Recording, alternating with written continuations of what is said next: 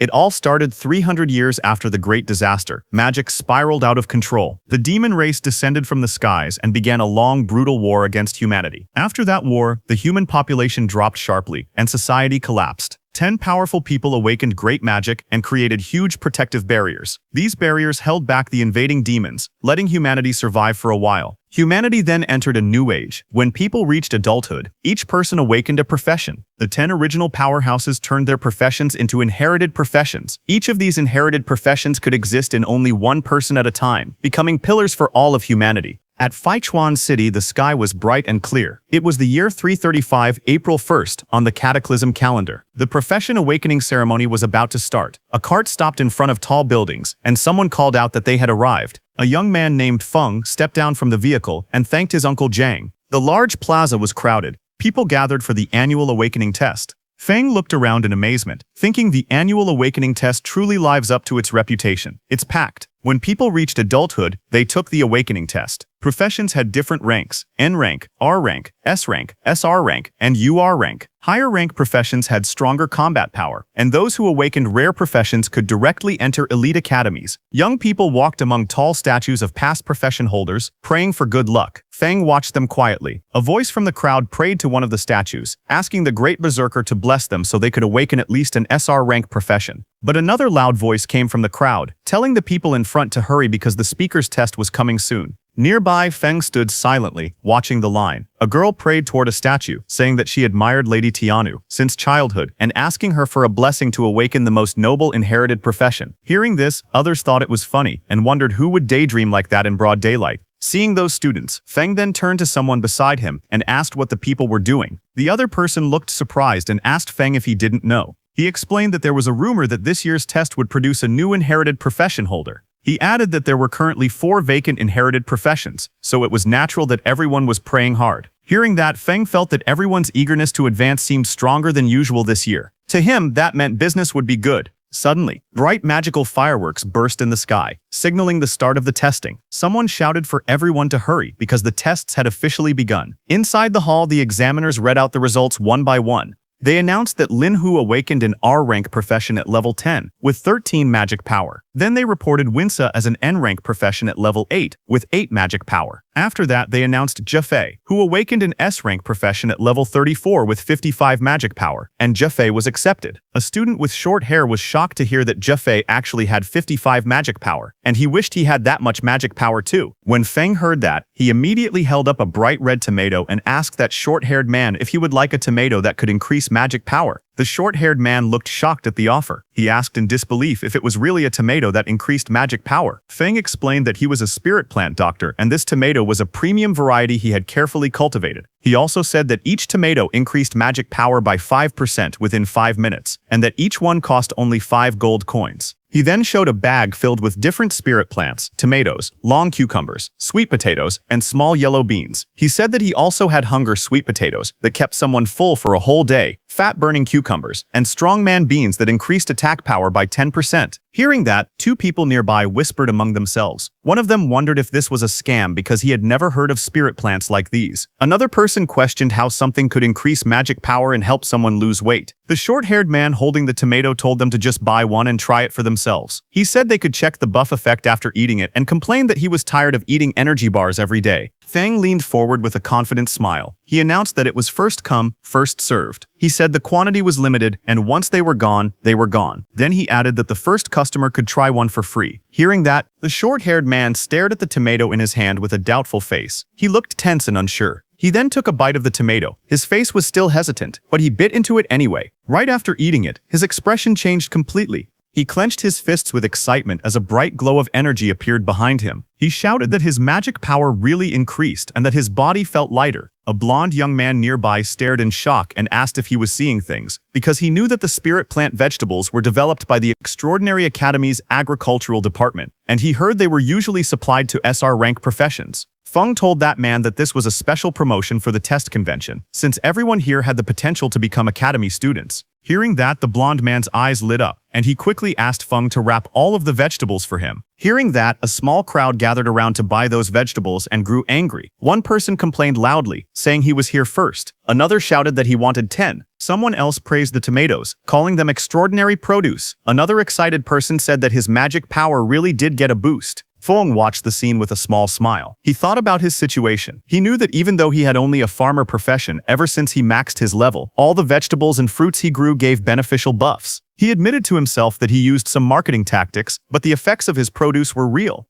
After selling all of his vegetables, Feng sat alone in front of a certain shop. He was packing his bag quietly and was about to leave, but suddenly noticed someone coming toward him. When he looked up, he saw that same blonde man from before approaching. Seeing that blonde man, Feng listed the things he sold: chestnut pumpkin seeds for 5 gold, flour rhino manure for 7 gold, grape wine making sugar for 10 gold, and some magic power boosting potions worth 257 gold. After listing everything, he handed over 10 gold to that blonde man and said it was his payment. This blonde man was Feng's friend, who helped him sell his vegetables by boasting about them as a customer. As the blonde man accepted the coins, Feng complained that he didn't have enough money left to buy premium fertilizer for improving his fields. The blonde man thanked him, calling him Brother Feng. He said the spirit plants were very useful and asked why he didn't grow more. Hearing that, Feng got annoyed and hit the blonde man, asking if he thought growing spirit plants with such effects was easy. Later, the two of them walked together under a clear blue sky. The blonde man said it was a shame because Feng had high talent since childhood, yet he was only— But before he could complete his words, Feng interrupted and told him to hurry home, saying Aunt Joe was waiting for him. Then Feng walked alone under a bridge, thinking about what that blonde man was saying. Although people called him a genius since childhood, he only awakened the N-rank farmer profession. He recalled that when he went to burn paper offerings for his deceased father, who had been an archdruid, he was scared his father might jump out of the coffin. Thinking positively, he said that maybe this was karmic balance, since he had a herbalist mother and an archdruid father, yet he became a farmer. But in truth, he was satisfied with his peaceful life. He felt relieved that he did not have to go to the battlefield and die like his father, and that his mother would not have to worry. As he walked forward, he said that even if it was only for his mother's sake, he must take care of their family farm properly. But suddenly, a single drop of water fell on his face. He looked up in confusion. He asked himself why it was raining when the sky was clear. But wind suddenly swirled around him, and a man came falling toward him from the sky.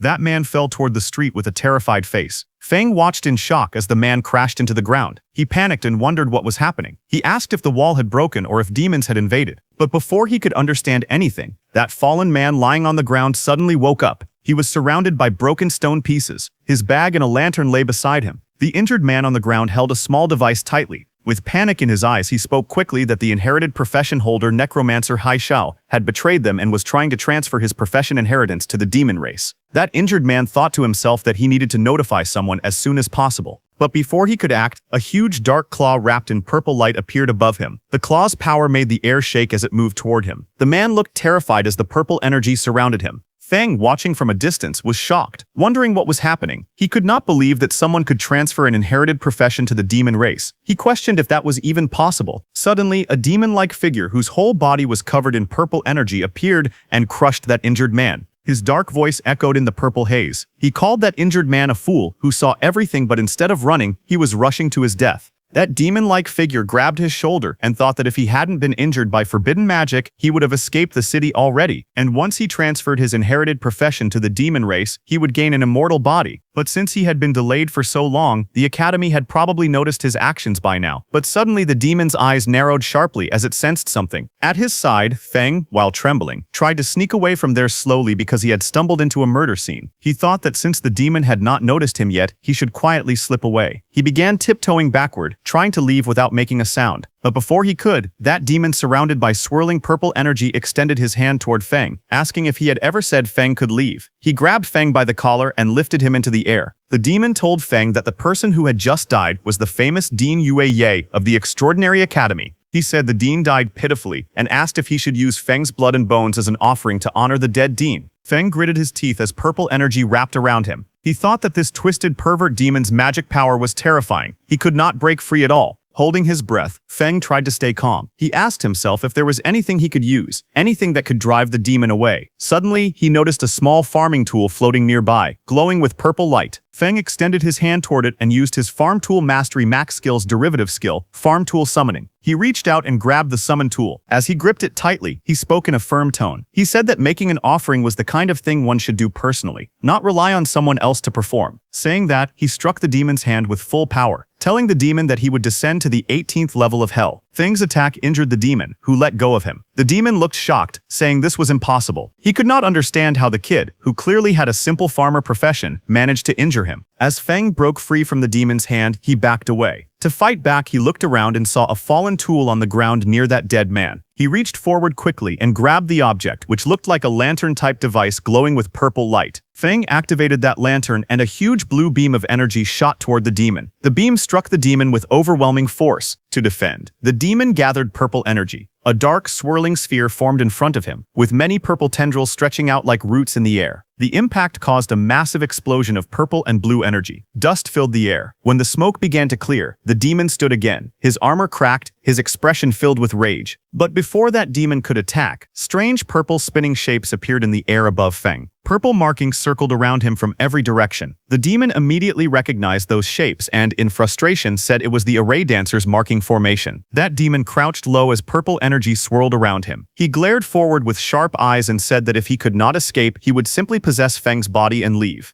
Purple energy wrapped around the demon's body as he charged at Feng with full speed, giving Feng no time to even react. Feng let out pained sounds as the demon entered his body. The swirling energy closed around his body, pulling him toward the dark figure. Inside Feng's mind, the demon smirked and told Feng that even though he had the lowest profession, his talent was still decent, and he should feel lucky to become his vessel. Hearing that, Feng laughed nervously. Blue energy circles moved around him as he spoke. He said that he had been training since childhood without skipping a single day, so if the demon wanted to take over his body, he would have to work a little harder. But the demon remained confident. His voice echoed again, saying that inferior was inferior, and his power was something Feng would never reach. And the next second, Feng fell to the ground. Purple chains of energy wrapped around him tightly. He looked down weakly and said it seemed like luck was not on his side this time. His hand slowly reached out toward a knife lying just within his reach. As his fingers stretched toward it, Feng grabbed it and raised the sharp knife in his hand, while dark purple energy surrounded him. His eyes were firm as he told the demon that they should both go down together happily.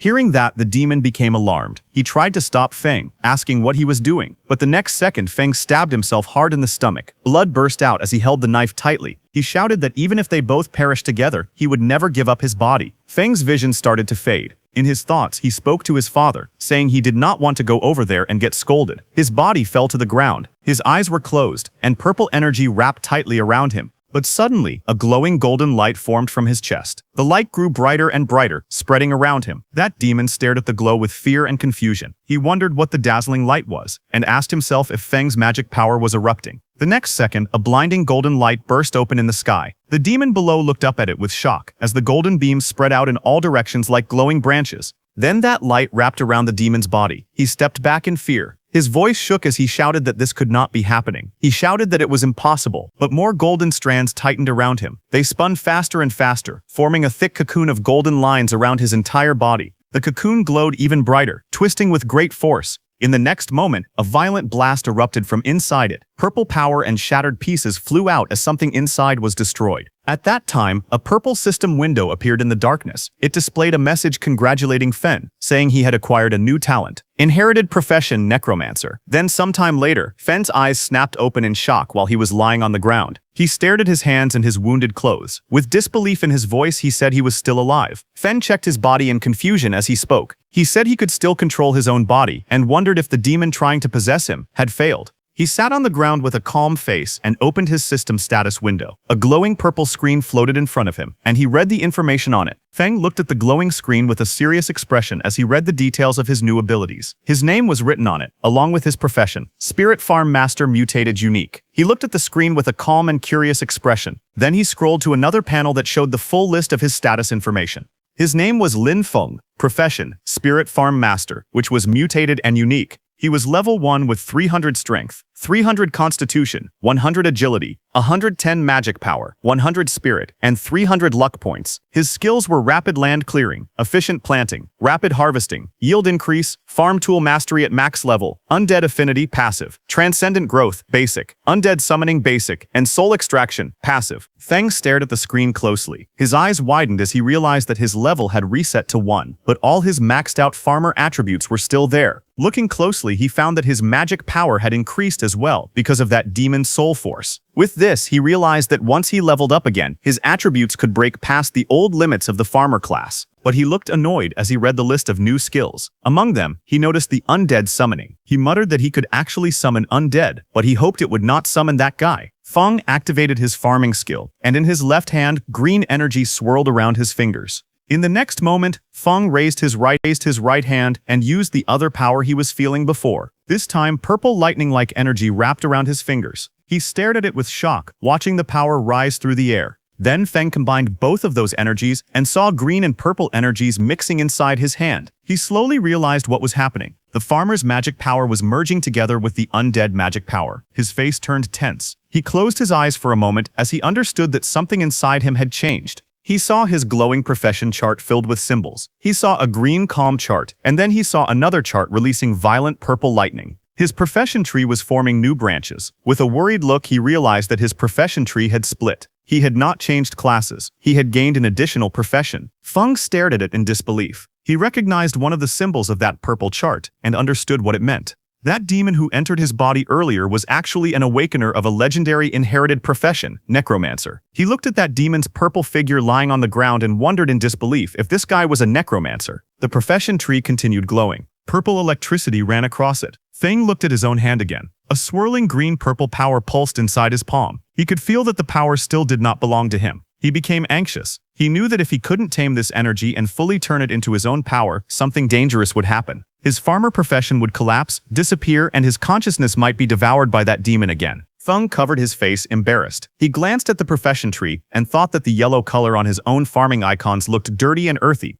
Feng stood inside a glowing purple magic circle. Purple runes floated around him as he raised his hand and activated the skill Undead Summoning. Right after that, purple energy cracked the ground as the space around him shook. Broken pieces of the ground floated into the air as purple lightning hit the Necromancer and the human he killed before. The purple energy swirled wildly as something began to appear inside the circle. Two figures slowly formed from the purple light. One had a body shining like a pale blue phantom. He was Yu, level 1 undead sage. The second figure appeared glowing bright purple with sharp armor and long hair. He was He Xiao, level 1 undead wild hunt. Feng looked at them and realized it was really that human and the Necromancer. Even though their levels had been reset, all their abilities were still preserved and they could level up again. After all that commotion, he knew the law enforcement squad was on the way, so he needed to leave quickly. He immediately turned to leave because he also understood that no one would believe an ordinary farmer could kill two extraordinary individuals. Instead, if anyone found out about his current situation, it could bring serious danger to him. So Feng walked away with his backpack. But he was determined and said that the urgent priority was to find a place that could give him protection, resources, and high-tier land. He wanted a place where he could test and control his dangerous new power and turn his dad's theories into reality. Then one day later, Feng went to his family farmland, which was clear and bright. Feng walked along the open fields, looking troubled. He thought about how a full day had passed, yet the Necromancer's influence on his profession still had not faded. But leaving that aside, he opened his laptop to watch the news. A man in a suit appeared on the finance channel. He greeted the audience and announced that the day marked the birthday of a veteran agricultural teacher.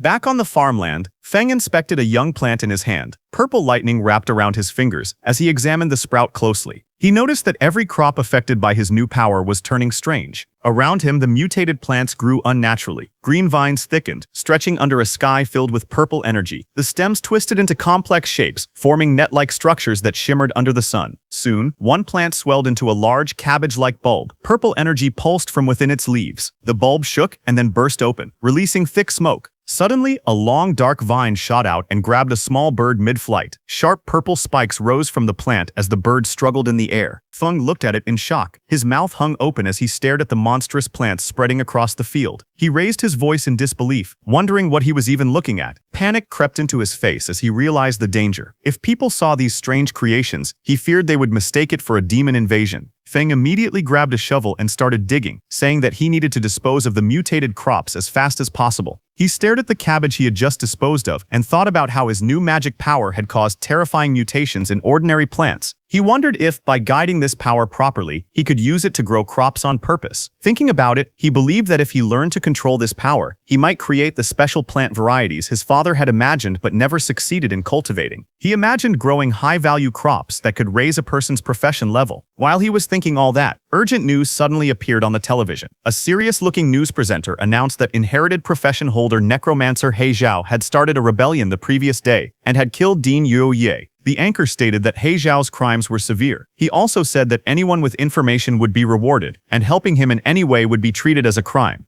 Feng watched the screen quietly. He thought to himself that things had unfolded exactly as expected. He reminded himself that he must never let anyone find out he possessed the Necromancer's undead power. He looked around at the equipment stacked against the wall and thought that he needed to give proper names to his undead servants so they could pass inspections. Otherwise, there would be trouble. Suddenly, an idea popped up in his mind, his eyes lighting up as if he had just come up with a clever idea. He said that he would simply call his undead servants farm servants because his profession panel already listed him as a spirit farm master. To him, it sounded completely normal for a farm master to have a few servants. Just as he was thinking, the news reporter announced that in order to deal with growing demon pressure, the Extraordinary Academy was expanding its enrollment. The reporter explained that anyone who passed the assessment would receive resource support from the Academy and would even be given private estates capable of producing high-tier crops along with special subsidies. The reporter added that enrolled students would be able to hire farmers to help them grow high-recovery crops. Hearing this, Feng thought that the Academy's land was safe, fertile, and well supported with resources. He realized that this was exactly what he needed right now. He thought about his own situation. His necromancer identity was a dangerous secret, like a ticking time bomb. But Spirit Farm Master to everyone else, that was just a harmless farmer. He told himself that he had to get into the academy no matter what. Then some days later, at the Extraordinary Academy Registration Plaza, inside the registration hall, a row of examiners in black suits sat behind a long desk. One of the men asked for the next applicant's information. He looked up and said in a flat tone that they needed the applicant's name, age, awakened profession, and level. Feng stepped forward. He carried his backpack and calmly stated that he was 18 years old and that his profession was Spirit Farm Master, Level 1. Hearing that, one of the examiners repeated the word Spirit Farm Master with confusion. He scanned the documents in his hand and frowned. He said he had never heard of that profession and assumed it was another non-combat job trying to sneak in. He told Feng to release his profession aura. Feng lifted his hand, and a green aura formed around it, swirling like spiritual energy. The examiner stared at it with disdain. He leaned back, unimpressed, and called it the garbage aura of a farmer profession. He waved dismissively and told him not to waste his time, then shouted for the next applicant. Nearby students began laughing loudly. One mocked the name Spirit Farm Master, asking if Feng had made it up himself. Another joked that it was hilarious for a level 1 farmer to even think about applying. They told him to go back to farming. More voices joined in, saying that Instructor Li was right, and that someone like Feng would only drag down the school's standards. They said they wouldn't even hire him to work their own fields. But Feng stood facing them without reacting. He looked toward Instructor Li and spoke steadily. He explained that his profession was a mutated profession. He asked the instructor to give him a chance. He added that his fundamentals were solid and that he would not disappoint. But the instructor grew angry and shouted that solid fundamentals meant nothing for someone who was only level 1. He said a level 1 person couldn't possibly have any real foundation. Then he ordered the security guards to throw Feng out.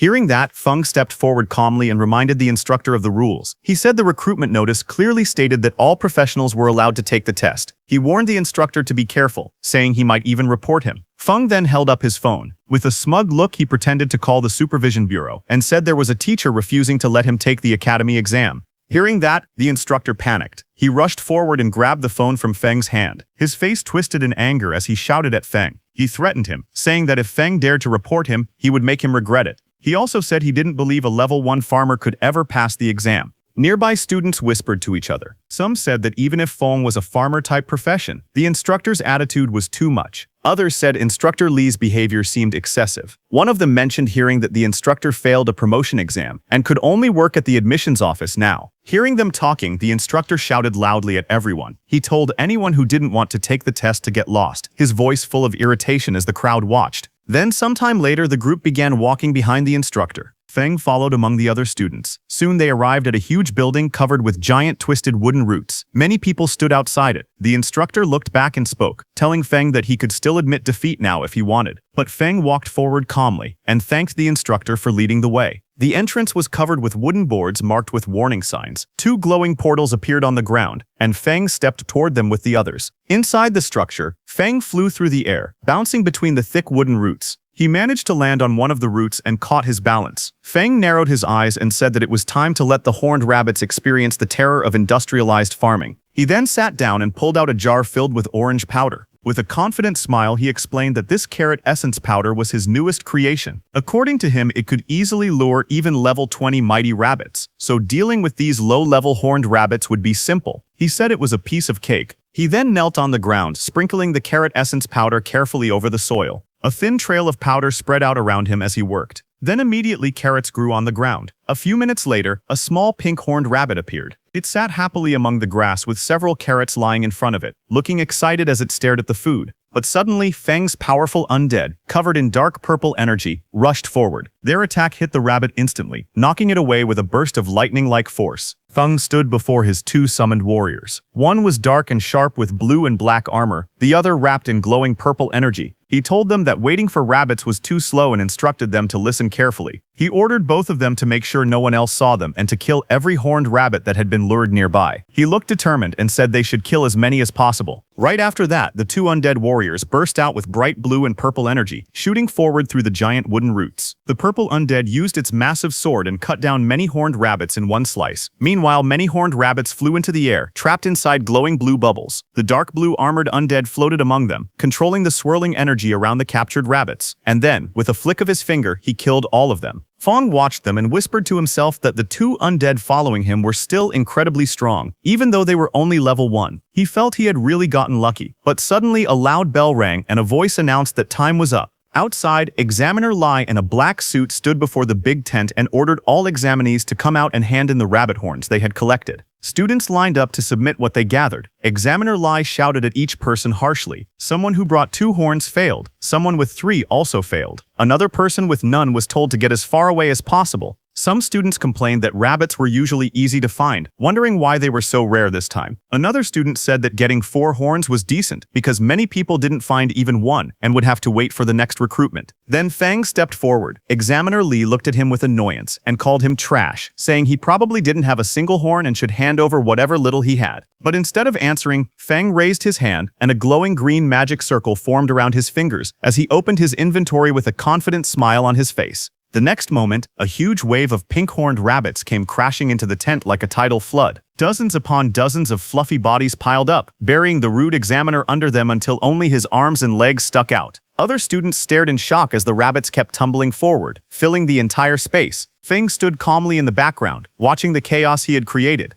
Examiner Li and the staff member beside him looked at those rabbits in shock. Feng smiled slightly and told them that he had a total of 500 horned rabbit horns. He politely asked if they wanted to count them. The examiner's face twisted in disbelief. He stuttered in panic and accused Feng of cheating. But suddenly, the teaching director appeared. He stepped forward with a stern expression and scolded the examiner, asking how someone his age could still bully a child. The examiner froze and nervously asked why the director was there. The director said that if he hadn't come, all of his pet rabbits would have been wiped out by people with no professional ethics. The director then looked at Feng and told him that he had passed the preliminary test. Hearing that, Feng bowed deeply toward him and thanked him for being fair. But when the director saw Feng's face, he got shocked. He stared closely at Feng and said that Feng gave him a familiar feeling and asked if Feng knew why. Hearing that, Feng's eyes narrowed slightly. A tiny bead of sweat slid down his cheek. He stayed silent, but his expression showed clear unease. He walked back as his thoughts surfaced. He wondered if he had been exposed. His face hardened with worry as he looked ahead, unsure of what the director had figured. The teaching director stood in front of Feng with a calm expression. He looked down at Feng and asked what his relationship was with Professor Lin Jie. Hearing that, Feng's eyes shifted slightly. He sighed, thinking to himself that it seemed the director hadn't discovered his class ability. Feng then relaxed and calmly said that Lin Jie was his father, and asked if the director knew him. Hearing that, the director's expression softened. He leaned forward with interest and said that Feng was the son of an old friend. Judging from the situation, he assumed Feng was planning to enroll in the school. The director then asked if there were any difficulties and, as his uncle, offered to pull some strings for him. But before he could continue, a woman with long pink hair stepped forward. She wore glasses and a white dress. She coughed and told the director that everyone was watching. Hearing that, the director turned around and saw a group of students standing behind him, staring and whispering among themselves. The director muttered that he was only expressing his thoughts. He then looked back at Feng and said that he had some business to handle. He promised that once Feng enrolled, he would personally show him around the school. The director walked away, and the next second, his body was surrounded by swirling smoke and he disappeared. Feng watched him leave, a bead of sweat trailing down his cheek as he wondered why the teaching director gave off such unreliable vibes. Then that pink-haired teacher stood in front of the gathered students. She raised both arms and announced that the students who passed the prelims should follow her. She then told the ones who didn't pass not to be discouraged, promising that there would be more chances next time. The scene then shifted to a large meeting room inside the Extraordinary Academy's solar branch. Several people in suits sat around a long table while a man at the front prepared a briefing. A man with long hair stood before a large display board filled with silhouettes and images. He explained that Dean Yueye and He Xiao had gone missing at the same time. He said Dean Yueye had likely discovered He Xiao's secret and had been spotted during the pursuit. He continued, saying the two eventually perished together, but there was still an unknown mastermind who had taken He Xiao's legacy talent. With growing excitement, he declared that if they found the person who took the undead talent, they would uncover the truth behind everything. He pointed at the display board and insisted this had to be the answer. Hearing him, another man grabbed his head in frustration. He told the excited man named Tuka that they understood he wanted to earn merit, but asked him to stop making brainless guesses. Hearing him, Tuka slammed the table. His voice shook with anger as he shouted that none of them believed him. He warned them to just wait, because he would definitely find the evidence. Across from him, the two people seated at the table stared back nervously, sweat dropping down their faces. As Tuka left the room in anger, a woman asked her companion if it wasn't bad to let Tuka leave like that, since he was connected to the Duke. Hearing that, the man turned to her in surprise. But suddenly, the teaching director stepped forward through swirling white energy. He said it was better that the troublemaker was gone, because the Solar Academy existed to train real elites, not to give out empty positions. The director then explained that a mission had been issued from above. Once He Xiao was found, he must be killed on sight. He asked if the two officers understood. The woman hesitated and asked what they should do if He Xiao was already dead. The director looked away and said that maybe He Xiao had changed his appearance. So anyone who used necromancer skills, he said coldly, would be wiped out completely. Meanwhile, in the mission hall of the Extraordinary Academy, many students gathered under the bright lights. A glowing blue portal floated behind the podium, casting light across the room as students chatted and waited. Then suddenly, that pink-haired teacher came out of the portal and stood at the podium and began announcing the mission. She stated that the re-examination task required all new students to clear a level 5 special dungeon called the Magic Horned Beast Lair, located outside the city. She also announced that the time limit for the mission was only 3 hours. Hearing her, the crowd in front reacted with shock. Some students panicked, saying they were only level 4 or 5, wondering how they could possibly finish such a dungeon in such a short time. One boy asked if anyone could actually do something that difficult. Another said grinding down the final boss might be possible, but completing everything within 3 hours seemed too hard. The pink-haired instructor smiled calmly. She told them that they were not required to clear it solo. She explained that they were allowed to form parties, but each team could not exceed 5 members. After forming a group, they had to return and register their starting time. Hands immediately shot up throughout the hall. Some shouted that their team of 4 needed one strong frontline warrior. Others called out that they were elemental mages with explosive damage. A girl introduced herself as Zhao Nanliang and asked if any strong seniors would be willing to carry her. Among the lively crowd, Feng stood off to the side. Carrying his backpack, he looked down at a glowing system screen in front of him, reading the mission details displayed on it. While Feng was standing quietly, suddenly a pair of red high-heeled boots stepped toward him. Feng lifted his head slightly, noticing someone approaching. A pink-haired girl with twin buns stood in front of him, smiling warmly. She introduced herself as a level 7 magic class student. She told him she had watched his prelims and saw how he managed to kill so many magic horned rabbits. She said he must be very amazing and politely asked if she could team up with him. Feng listened calmly. In his thoughts, he noted that a level 7 student was definitely strong enough to solo the dungeon. He thought that if he were still just a farmer class, he would happily accept such an invitation. But his necromancer abilities absolutely could not be exposed, so he needed to avoid teaming up. He rubbed the back of his head with a relaxed smile and told her he preferred acting alone, gently refusing her offer. Hearing that, the girl kept her pleasant expression and wished him a smooth clear. She then turned and walked away in her red heels. Feng also walked off in the opposite direction, ready to face the mission alone. He went to that pink-haired instructor and leaned over the counter. When she heard that he wanted to go alone, she told him that this dungeon's difficulty wasn't low, but Feng said it was fine and asked her to give him the mission directly. Next, she handed him a scroll. As she did, she guessed that he wanted to solo the dungeon for its special solo reward, the Black Bear Gallbladder. She explained that the reward was a huge boost for low-level students like him, but warned that he still needed to understand his limits. Feng accepted the scroll with a small smile and thanked her for the reminder. The scene then shifted outside the magic-horned beast lair dungeon. A massive portal shaped with jagged bone-like structures swirled with bright blue energy. Several academy staff members stood guard in front of it. Feng walked toward them. One staff member stepped forward and asked where his teammates were, but Feng replied that it was just him. Hearing that, both staff members looked at him with concern. One of them told him that a level 5 dungeon was too dangerous for a single person and advised him to find teammates before entering. But Feng held the rolled mission scroll in his hand and looked straight ahead. He calmly told the examiners that the rules allowed a solo entry. The two staff members standing near the dungeon gate whispered to each other. One of them guessed that Feng probably wanted the solo reward, the black bear gallbladder. The other said that Feng had guts, but he should first think about whether he had the strength for it. Left with no choice, they let him go. As the glowing entrance activated, one examiner looked at him again and softly wished him good luck. Inside the dungeon, there was a huge cavern filled with countless round eggs of different colors, scattered across the rocky ground and piled between jagged walls. A path led deeper into the lair. Feng walked forward as the blue energy light of the dungeon entrance disappeared behind him. He stepped inside with a calm expression. Immediately, two lizard-like monsters with long tongues crawled toward him from the front. He looked at them quietly and thought to himself that level 3 and level 4 monsters were no threat to him now that he was level 6. Feng summoned his Undead, who immediately rushed with flashes of blue and purple energy and killed those two lizard monsters. But suddenly, more monsters rushed toward him.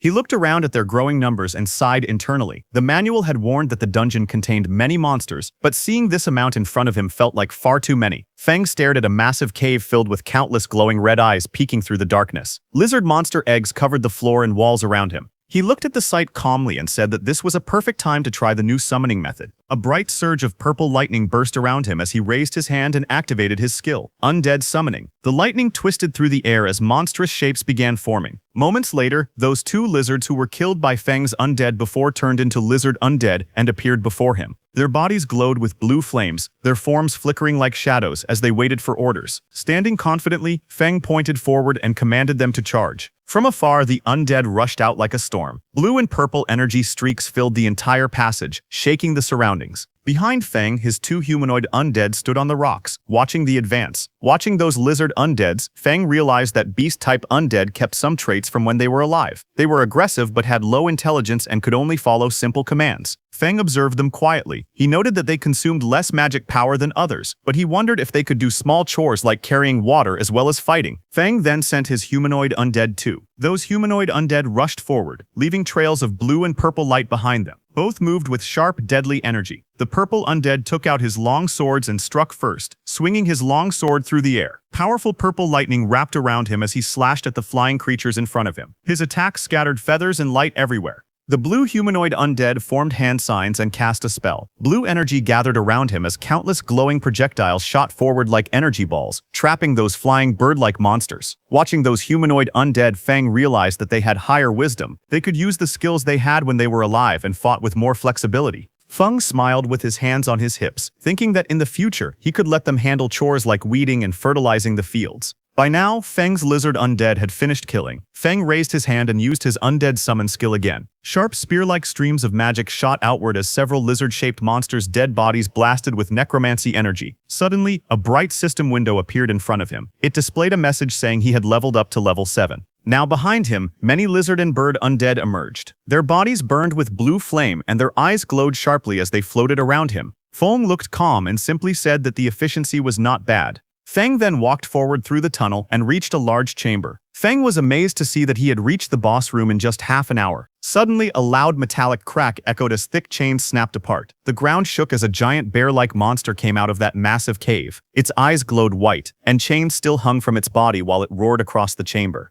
Feng looked at the boss with a sharp expression. He said that since this was the boss, it was perfect for testing overall combat power. He called for all his undead to come out. All of Feng's humanoid and beast undead appeared behind him. Energy swirled around all of them as they lined up at his command. Feng then issued his orders. He told He Xiao to handle the frontal containment. He told Yue to curse and weaken the boss. He instructed the other undead units to attack the boss's joints and its eyes. On his command, all of his undead charged at the giant bear monster standing in front of him. They continuously attacked across its fur as it struggled and roared. In front of it, Feng sat calmly on a mat, a small snack box in his backpack beside him, as if he were having a quiet break while the battle raged. He watched the ongoing fight and noted that the coordination of his undead was getting smoother. He was eating grapes and system notification points popped up saying his magic power had recovered by 666 points, and it kept increasing as he ate more and more grapes. Then Feng's purple undead lunged at the chained boss. The boss monster swung its claws, but it did no damage to the purple undead, and it got closer to the boss. The purple undead collected huge amounts of lightning energy in his hand and punched the boss monster. His punch was so powerful that the whole ground exploded with a huge explosion. It was a massive burst of energy that swallowed the monster in blinding light. Immediately, a system notification appeared in front of Feng, showing that he had leveled up again and became level 8. Just as the bear monster died, a pile of glowing reward pouches appeared on the ground shining with warm golden light. Feng immediately crouched down and examined one of the rewards in his hand. It was a strange red organ floating above his palm. Looking at it, he frowned in disappointment. He commented that the reward only increased his constitution by 10 points. To him, that was useless, nowhere near the improvement he could get from the supercrops he grew himself. But suddenly, another system notification popped in front of him. It stated that the system was calculating the dungeon rewards. It confirmed his current classes, Farmer and Necromancer, and would distribute rewards for both. Immediately, 2 golden chests emerged before him, glowing with brilliant light. Feng was shocked to see them, and realized that the dungeon settlement had actually given him 2 sets of rewards. He wondered if it was because he had dual classes. Then a sudden idea flashed through his mind, and a confident smile formed on his face. He said that if dungeon settlements could give double rewards, then there might also be a way to manipulate the crops he planted to receive even more benefits. Then after clearing the dungeon, Feng left the dungeon. As he walked out, everyone there, all the hunters, were shocked to see him. One of them muttered in shock, asking if he had really finished the dungeon alone. 2 of the hunters whispered among themselves, their voices filled with doubt. One shouted that it was impossible. Everyone knew how dangerous the inside of that cave was. There was no way he had cleared it alone. He claimed that Feng must have hidden inside just to save face and never gone deeper. Another hunter added that it didn't make sense. His clothes were spotless. There was no way someone that clean had fought through a swarm of magic beasts. But Feng didn't care what they said. He went to the mission center and handed over the mission scroll to that pink-haired teacher, saying he was there to hand in the mission. The pink-haired teacher checked the dungeon scroll in her hands, and a green confirmation mark appeared on the screen, confirming that he had completed the mission. Seeing that, the pink-haired teacher's eyes widened in shock. She couldn't believe that he had actually passed, and that he had done it completely solo. Feng smiled softly. His expression remained composed, confident, and quietly satisfied with his achievement. Inside the academy's mission hall, the pink-haired instructor took the mission completion scroll from Feng. Her expression was calm yet serious, as she spoke to Feng standing across from her. She said she would submit the scroll to the academic affairs office, but warned him that clearing a dungeon alone was still far too reckless. She added that if a freshman were to die in a dungeon right after entering the school, it would become a serious problem. Feng listened quietly, his usual composed smile returning. He nodded and replied respectfully that he understood and thanked her for the reminder. The instructor adjusted her glasses and smiled softly. She told him that the final instructor interview would soon begin in the academy auditorium, and advised him to take some rest before then. Feng nodded again and turned away, walking down the bright hallway with his hands in his pockets. Behind the glass walls, a few upperclassmen noticed him leaving. They whispered among themselves, watching curiously as he disappeared around the corner. Seeing those upperclassmen watching Feng, the pink-haired instructor sighed lightly and pushed up her glasses again. She thought to herself that she hoped this experience would teach Feng a lesson. Being too bold or impulsive in the academy could easily lead to trouble. Outside, Feng walked through the academy's forest path. Sunlight streamed through the tall trees as a faint light barrier shimmered between the woods. Feng walked quietly through the forest path when he suddenly sensed something behind him. His eyes narrowed slightly as he realized that someone was following him.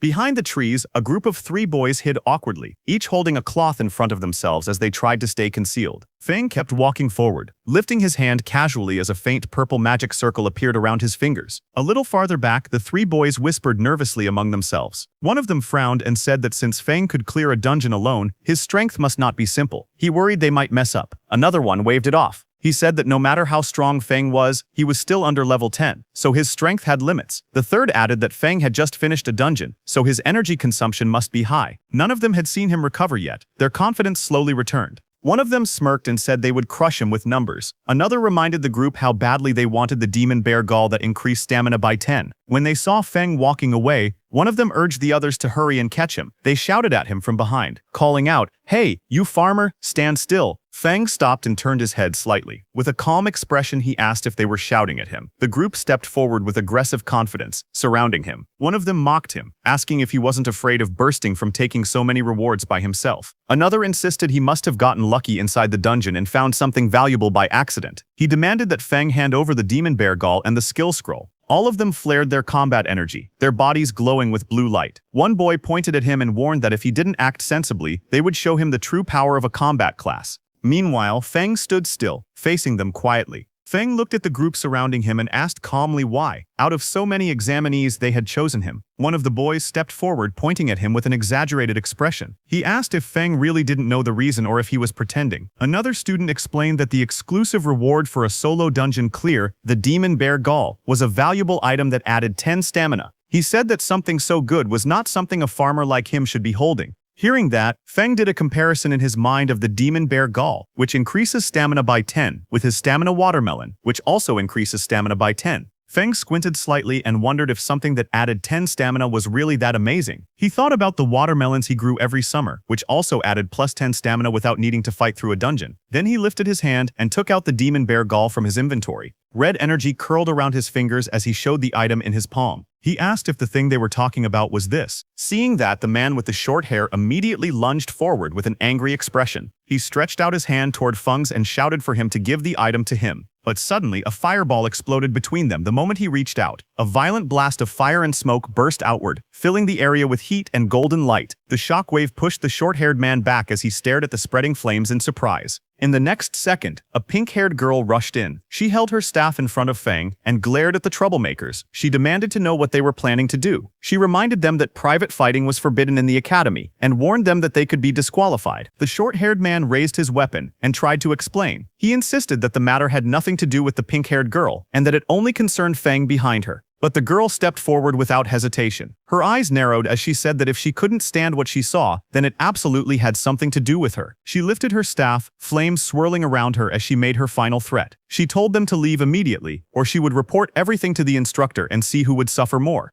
Hearing that, the man with the fierce grin looked straight ahead, his expression full of arrogance. He spoke with confidence, saying that reporting the matter would only work if she even got the chance. And since she insisted on protecting the farmer, they would deal with her as well. He raised his voice and shouted to his group. He ordered his brothers to attack quickly, telling them to finish the battle fast. Two of his men rushed forward together, each holding a weapon glowing with blue energy. They charged toward Feng and the pink-haired girl standing in front of him. As they came closer, Feng quietly observed the girl. He noted that she was currently a level 7 class user, which meant she should be quite strong. He wondered if she was capable of handling all these small fry by herself. The girl, however, glared forward with clear anger in her eyes. She said that their methods were truly dirty. Then she turned slightly and asked Feng beside her if he would like to join forces. But before she finished speaking, she spun around in surprise. Feng was already running away at full speed through the forest, leaving her behind without hesitation. As she watched him escape, Feng threw something toward her. It was the red glowing Demon Bear Gall. She reacted instantly and caught the Demon Bear Gall smoothly with one hand. Her eyes widened slightly as she stared at the item she now held. The red energy curled around her fingers. Feng raised his hand with a bright smile on his face. He thanked the pink-haired girl politely and said that the thing he gave her now belonged to her. Before the pink-haired girl could even react to what had just happened, those three men rushed toward her with furious expressions. Their bodies glowed with blue energy as they leapt forward. Seeing that, the pink-haired girl shouted loudly, wondering why everything had suddenly turned into her being robbed when she had just come to help Feng. The scene then shifted to a quiet room. It was a temporary independent restroom. Inside, Feng sat on a sofa with a towel around his neck. He took several scrolls out of his backpack and wondered why the skill scroll he got from the dungeon was useless to him. He paused for a moment, his eyes narrowed as an idea struck him, and he wondered if it could be like that. Feng then held the scroll between both hands. Green and purple mana surrounded it as he injected his energy into the scroll. That energy swirled around it like flames, and in the next second, a system window suddenly appeared, stating that he had realized a new skill called Special Cultivation. Another window explained the skill. It was a beginner-level Special Cultivation skill that allowed him to use mana and certain materials to strengthen undead summons. It said there was a chance to increase their level, their quality, or give them new skills. Seeing the system notification, Feng jumped in happiness, saying it really worked. He explained that the scroll required mana from both of his classes at the same time in order to activate. Feng then summoned all his undeads. The tall, shadowy figure of the largest summon stood in front of Feng, its body wrapped in purple and blue lightning. Feng stood shirtless in front of them. He lifted his hand with confidence and told them that it was time to test the new skill. Green energy flickered around Feng's fingers as he focused. His expression stayed calm as if he already knew the result. The tallest summon, He Kui, was the first to react. Purple flames burst from its body as its power rose sharply, and a glowing message appeared beside it showing that it had advanced from level 6 to level 8. Next, the summon with the icy armor, Yu Ye, was covered in swirling blue energy. Its strength climbed rapidly, and it rose from level 6 to level 8 as well. The demon horned bear followed soon after. Blue light wrapped around its heavy frame, and its level jumped from 7 to 9. Two smaller summons, the horned lizard and the horned eagle, glowed together in bright blue light. Their combined levels increased, rising from level 5 and 6 to level 7. Watching all of this, Feng tilted his head slightly. A small smile appeared on his face as he nodded in satisfaction. He said softly that it was not bad at all. He stood facing his newly empowered summons. Purple and blue energy stormed around their bodies. The huge figures of He Kui and Yue Ye towered in front of him, both stronger than before, as they waited for his next command. Watching them, Feng lowered his eyes, and a quiet thought formed in his mind. He said that the only bad thing was when he would be able to obtain new fields, because he couldn't bring himself to ruin the fields at home just to experiment on new crops. Then sometime later he walked out of his room wearing casual clothes and a backpack. He stepped through the doorway with his hands in his pockets, but as he was closing the door, suddenly that pink hair appeared and called out to him. She brought up the demon bear gall. Feng turned slightly and, lightly smiling, told her that the demon bear gall was hers. Hearing that, the pink-haired girl's eyes widened. She held a small package tightly against her chest and shouted that the item was very valuable. Hearing that, Feng stared at her with a tired expression, his eyes half open. He muttered that there was no need to treat such rotten material like a treasure, and after saying that, he left from there. The girl froze. She repeated his words in disbelief and asked if she had heard correctly. Rotten. Feng left the resting area and walked deeper into the forest, where tall trees covered the area. He was very deep in the woods. He looked left and right and thought that there shouldn't be anyone around. After confirming that no one was around, Feng activated his skill and purple energy gathered around his hands. He wondered what effect the new skill had on crops. The purple energy spread toward two nearby plants, wrapping around them. The plants reacted as the power hit them, growing in some strange way. Feng looked at the plants with a confused face and commented that they looked no different from before when he used his skill on his farm. But suddenly, his eyes widened as he realized something was different. In the next instant, the plants exploded into a huge transformation. A monstrous flower burst upward with sharp teeth and vines, rising high above him as purple energy shot around the forest. Feng's expression was filled with surprise as he looked at the plants in front of him, asking if these two crops could actually move. His eyes were wide, and he seemed unable to believe that the crops could really move on their own. Elsewhere in the forest, another figure sprinted across the treetops with great speed. The spirit energy detector in his hand glowed, and he shouted that the energy reading was getting closer. That man was Tuka, who landed on another high branch. He checked the readings again and said that his guess was right. There was the aura of a necromancer somewhere in the area. A moment later, Tuka reached the forest path. Just as he walked forward, he noticed Feng with a backpack passing by. Tuka suddenly stopped and turned around quickly, staring at Feng. Then he reached out and grabbed Feng by the shoulder, stopping him. With a suspicious look, he asked if Feng was a farmer, because he looked like one judging his clothes. Feng leaned closer and asked Tuka if a farmer had provoked him. Tuka's face then shifted into a look of mild disgust, his eyebrows tightening as he examined Feng in silence. Then Tuka raised his voice, calling Feng farmer, demanded to know if he had seen a strange person appear nearby. Hearing that, Feng lightly touched his chin and answered that he actually had. Hearing this, Tuka leaned forward in excitement and urgently asked where the person was. Feng lifted his hand and pointed directly at Tuka standing in front, saying the strange person was right there. Hearing that, Tuka froze for a moment, then his expression turning red with anger. Flames rose behind him as he shouted, asking how dare Feng humiliate him. He angrily declared his status, an elite of Sunwheel Academy and the nephew of the Iron Lion Duke. His rage only grew stronger. He yelled that a lowly farmer dared to be rude to the nephew of a duke. Fire wrapped around his arm as he swung his fist forward, shouting that he would kill Feng. Tuka transformed into a wolfman, his body surrounded by violent green energy. He shouted that the lowly farmer would pay for his stupid words and actions. The green aura surged wildly around his body as rocks and debris were thrown into the air. Feng was pushed back by the impact. He crossed his arms in front of his chest and planted his feet firmly on the ground. Stones shattered and dust burst upward around him, but he remained standing. His expression was calm and his eyes were cold. He stated that the farmer Tuka looked down on could defeat him with one hand. Tuka laughed and lunged forward with glowing green energy swirling wildly around his body. His claws were raised as he charged straight toward Feng. He shouted for him to taste his attack. However, Feng's expression remained calm. As he noticed something strange, he thought that although he didn't know why the aconite from his field had changed after being corroded by undead magic, it had gained a paralytic effect. He said that the last time he tested it, he had been numb and stuck in bed for an entire day. He added that grinding the aconite into powder really worked as a narcotic. Tuka's face twisted as he inhaled the narcotic. Dark particles and green energy clung to his fur. Moments later, his eyes spun, stars circling above his head. His body swayed unsteadily, and his whole body started feeling dizzy. He looked down at his own body in panic, and demanded to know what had been done to him, shouting angrily as he asked why his strength had suddenly disappeared. Feng stood calmly in the forest. He raised his fingers to his nose casually as he walked forward. With a calm expression, he said that it was just some common aconite powder from the fields. Then he leaned forward, green energy flowing around his arm. With a calm but sharp expression, he said that this was the kind of power farmers had.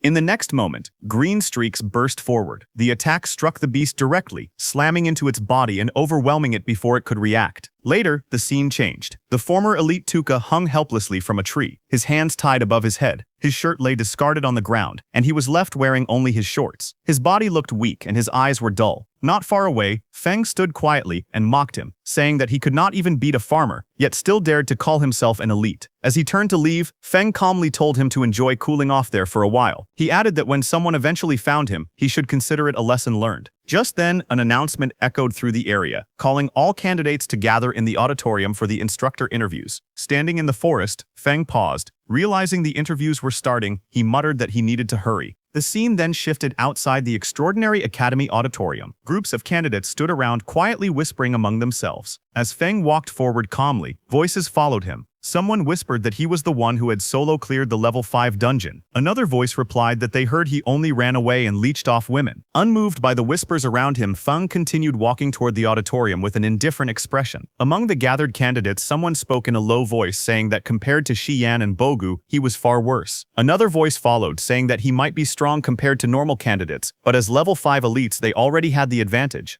Nearby, a pink-haired girl stepped forward and handed something to Feng, telling him that it was his. Feng scratched the back of his head and smiled faintly. He leaned forward and told her to keep it, saying that it was really useless to him. Later, Feng walked through the crowd while eating casually. A notification appeared above him, showing temporary stamina +2 twice. Looking confused, he thought to himself that he truly did not understand why people treated that kind of thing like a treasure. Inside the auditorium, the scene was marked as the instructor interview site. Several instructors sat behind a long desk, watching quietly. A voice explained that during the interview, instructors choose students, but students also choose instructors. It was said that students and instructors bring out the best in each other. The instructor then announced that he would call students by name to come forward. He called out the first name, Shiyan. Shiyan stood up among the seats and introduced himself. He said that his name was Shiyan and that he was a level 6 Earth-type warrior. He then spoke again saying that this was his current ability. As he finished speaking, a large battle armor appeared, surrounded by glowing energy. One of the instructors leaned forward and spoke. He said that it was not bad, and introduced himself as a level 44 Earth-type berserker. He then asked Shiyan how about becoming his instructor. Shiyan reacted immediately and said that he would be honored.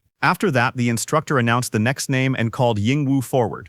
The instructor looked down at the list and called out the next name, saying it was Lin Feng. Lin Feng stood up from his seat and walked forward calmly, moving past the other candidates. As he stepped into the center, he introduced himself. He stated clearly that his name was Lin Feng, and that he was a level 8 spirit farm master. As he spoke, green energy rose around his body, surrounding him as he stood there in silence. The two female instructors watched Lin Feng from their seats. The woman with pink hair commented that reaching level 8 at his age was very impressive. The woman beside her leaned closer and reminded her to look carefully, saying he was still just a farmer. Across the table, another instructor leaned against his colleague and spoke casually. He said that their extraordinary academy trained talent for the front lines, not ordinary people meant to be cannon fodder. But he also admitted that Lin Feng had performed very well in both the preliminary and second tests. The main examiner adjusted his monocle and looked at the others. He cleared his throat and suggested that, since everyone had different opinions, they should run a combatability assessment for Lin Feng. After hearing this, the instructors began giving their responses one by one. The man with long dark hair crossed his arms and said he agreed. The woman with pink hair smiled and said it worked for her. Another instructor leaned back casually and said he didn't mind at all.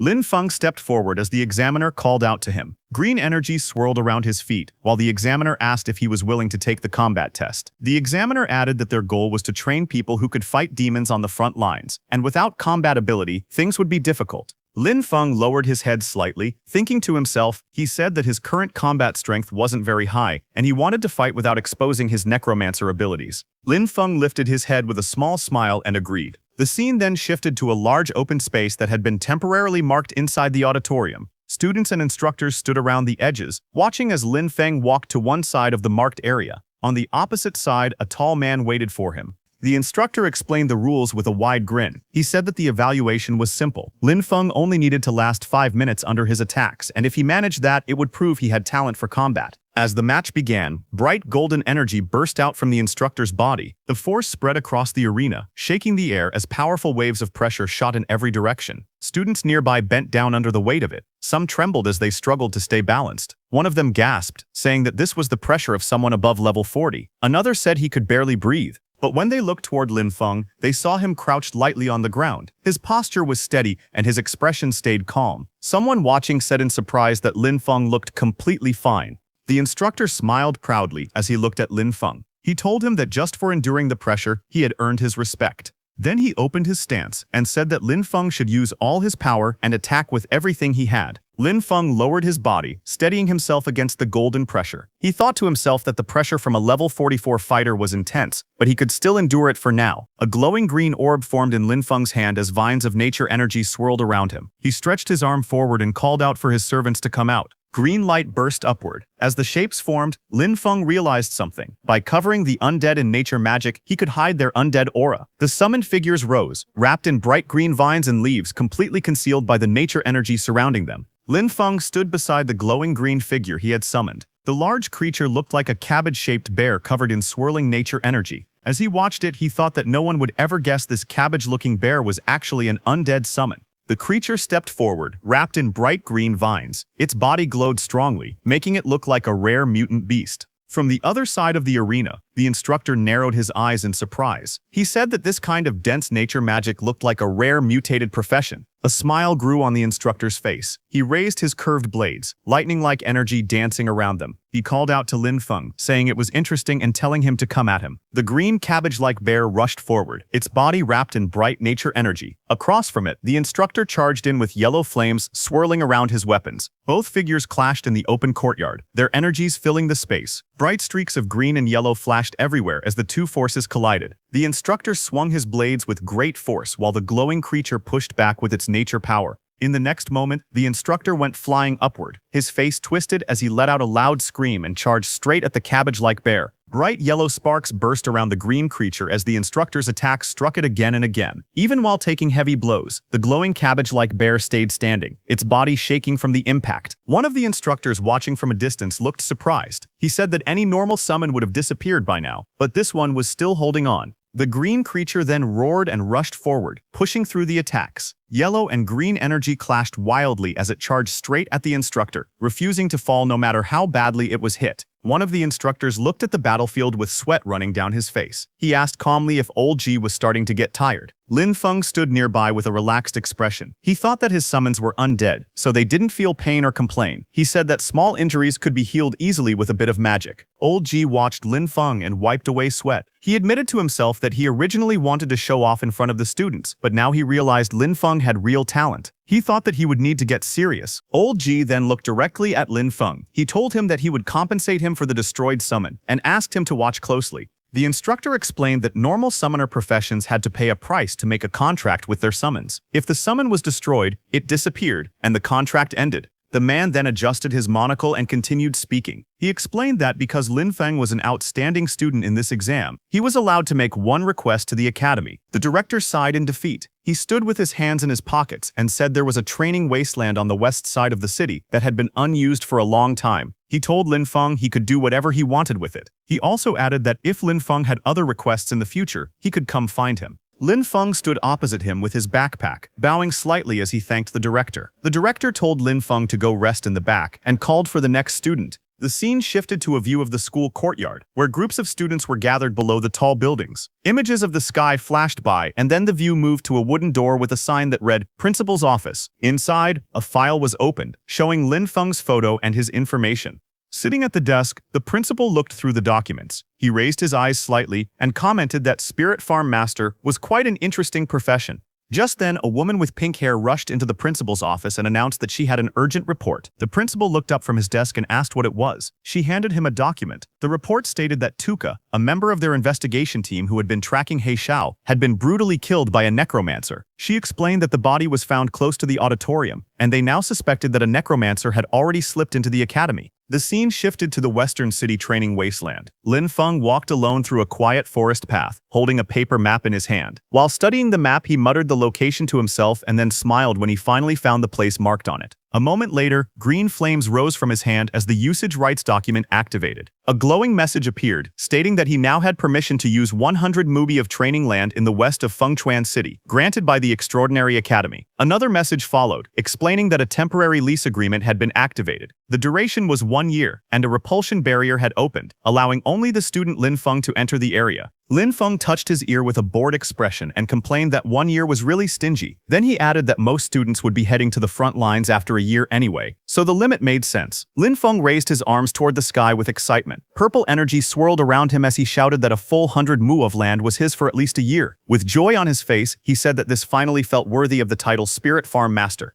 A burst of purple light erupted around him. Lin Feng stood at the center of the glowing formation, pointing upward as the energy expanded across the wasteland. One by one, powerful spirit creatures appeared within the purple mist, towering shadow figures, glowing armored beings, and various small floating sprites. They surrounded Lin Feng, filling the sky with bright energy. Lin Feng looked at them with confidence and stretched out his hand. With a fierce smile, he pointed forward and declared that everything was ready. It was time to get to work. A dark, shadowy spirit released a violent burst of purple energy. The force shook the ground and sent rocks flying in all directions as the creature landed with immense power. Not far away, another summoned spirit, one made entirely of blue water, rose into the air. Waves erupted around it as it flew forward, controlling the water beneath it. On the field, a large fluffy beast with a horn rushed across the soil. Its body glowed with bright energy as it dashed ahead, followed by several small floating spirits carrying tools. The scene then shifted to Lin Feng relaxing under the sun. He lounged on a chair with sunglasses on, eating a slice of watermelon. With a satisfied smile, he commented that magic really did change life and said the ancients hadn't lied. Lin Feng rested in the shade, calmly drinking from a straw. A small blue spirit tapped his shoulder to get his attention. Without changing his relaxed expression, he spoke softly and said that the land had been reclaimed. Hearing this, Lin Feng looked surprised. He turned around while holding a slice of watermelon and stared at his summons behind him. He said they were far more proactive than he expected. One of the undead let out a strange laugh, its glowing mouth curling in an eerie smile. Lin Feng looked at the ice-armored undead standing beside him. With a helpless sigh, he said that expecting undead to have their own consciousness might have been asking too much. Lin Feng finished eating and walked toward the doorway. Meanwhile, the ice-armored undead watched him leave. Its glowing eyes followed him quietly, its expression calm and unreadable. A faint smile slowly formed on its face, the cold blue light around its body flickering softly.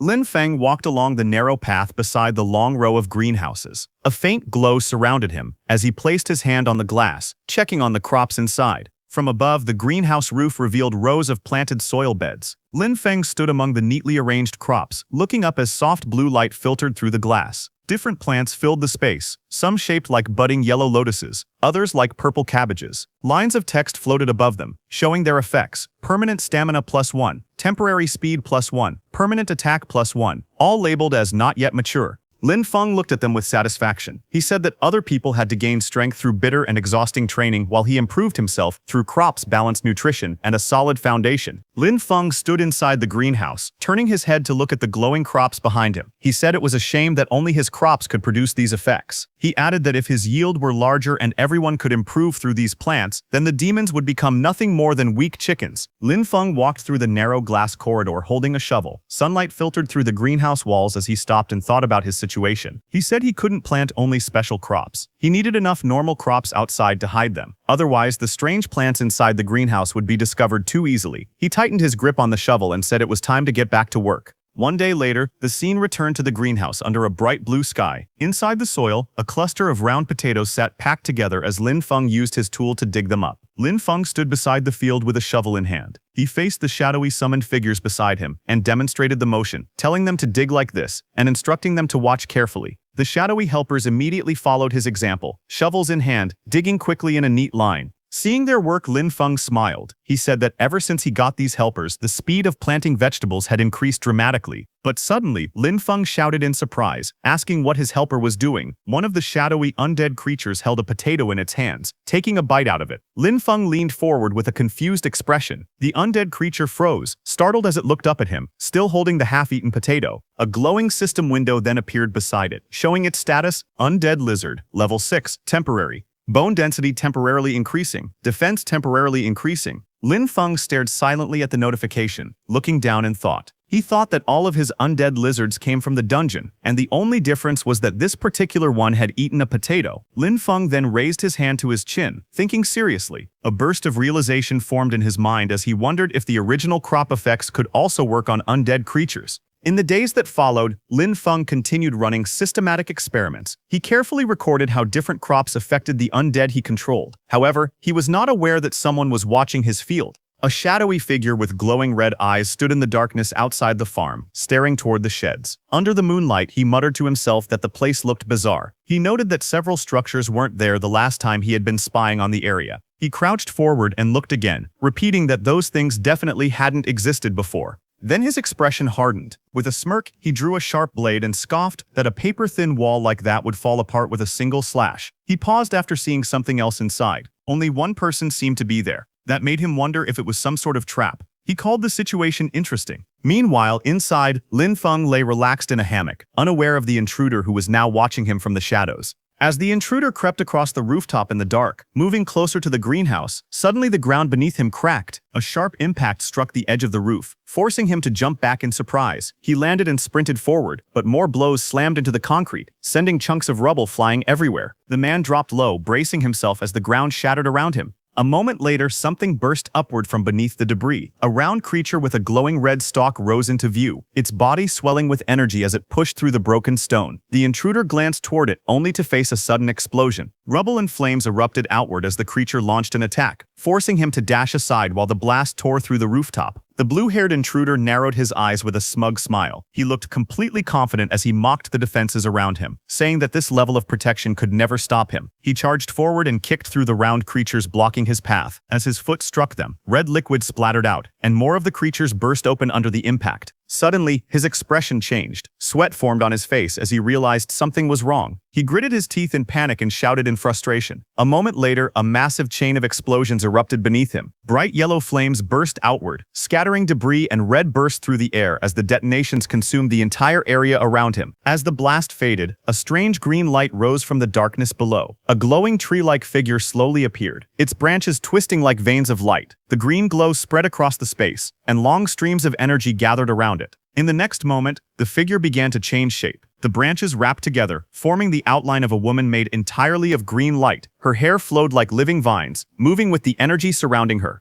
The man burst through the smoke, cursing under his breath. He shouted in frustration, saying he wouldn't have come back a second time if it wasn't to gain the Grand Duke's trust. He lowered his body and charged forward through the thick dust. His face twisted in anger as he raised his blade. Blood marked his cheek, but his grip tightened. He growled that once he chopped the creature into pieces, he wanted to see if it could still explode. He swung down with full force, his body glowing with power. Blue energy trailed behind his movement as vines and explosions burst up from the ground beneath him. Then his expression changed. He stared ahead in shock as he noticed something strange. He realized the monsters carried traces of an undead aura. Confusion and alarm filled his face while purple light flickered beside him. He remembered that the Elder had told him that on this scouting trip to Fengchuan City, his main mission was to find the Necromancer He Xiao. He explained that He Xiao had disappeared right after their last contact, even though he had made a deal with their clan. But now, seeing traces of undead energy from here, he realized this location was actually He Xiao's hiding place. Confusion crossed his face as he wondered why He Xiao was hiding here and whether he had betrayed their clan. He continued walking forward with a knife in hand. Purple mist drifted around him as he muttered that He Xiao had no shame when it came to his immortality techniques. Finally, he looked up toward the moonlit sky and decided he shouldn't stay in this place any longer. Finding He Xiao was what mattered most, so he jumped away from the area. The next day, Lin Feng stepped out of the building with a hoe over his shoulder. He wiped his face and said that he had already catalyzed and fertilized most of the plots yesterday. He added that he only needed to take care of the remaining areas. But when he saw his field, his expression suddenly changed. Sweat ran down his face as he looked toward the distance in shock. He rushed forward and saw a collapsed greenhouse surrounded by broken rocks and shattered ground. Standing at the edge of the destruction, he stared at the ruins and shouted in disbelief that his greenhouse was gone.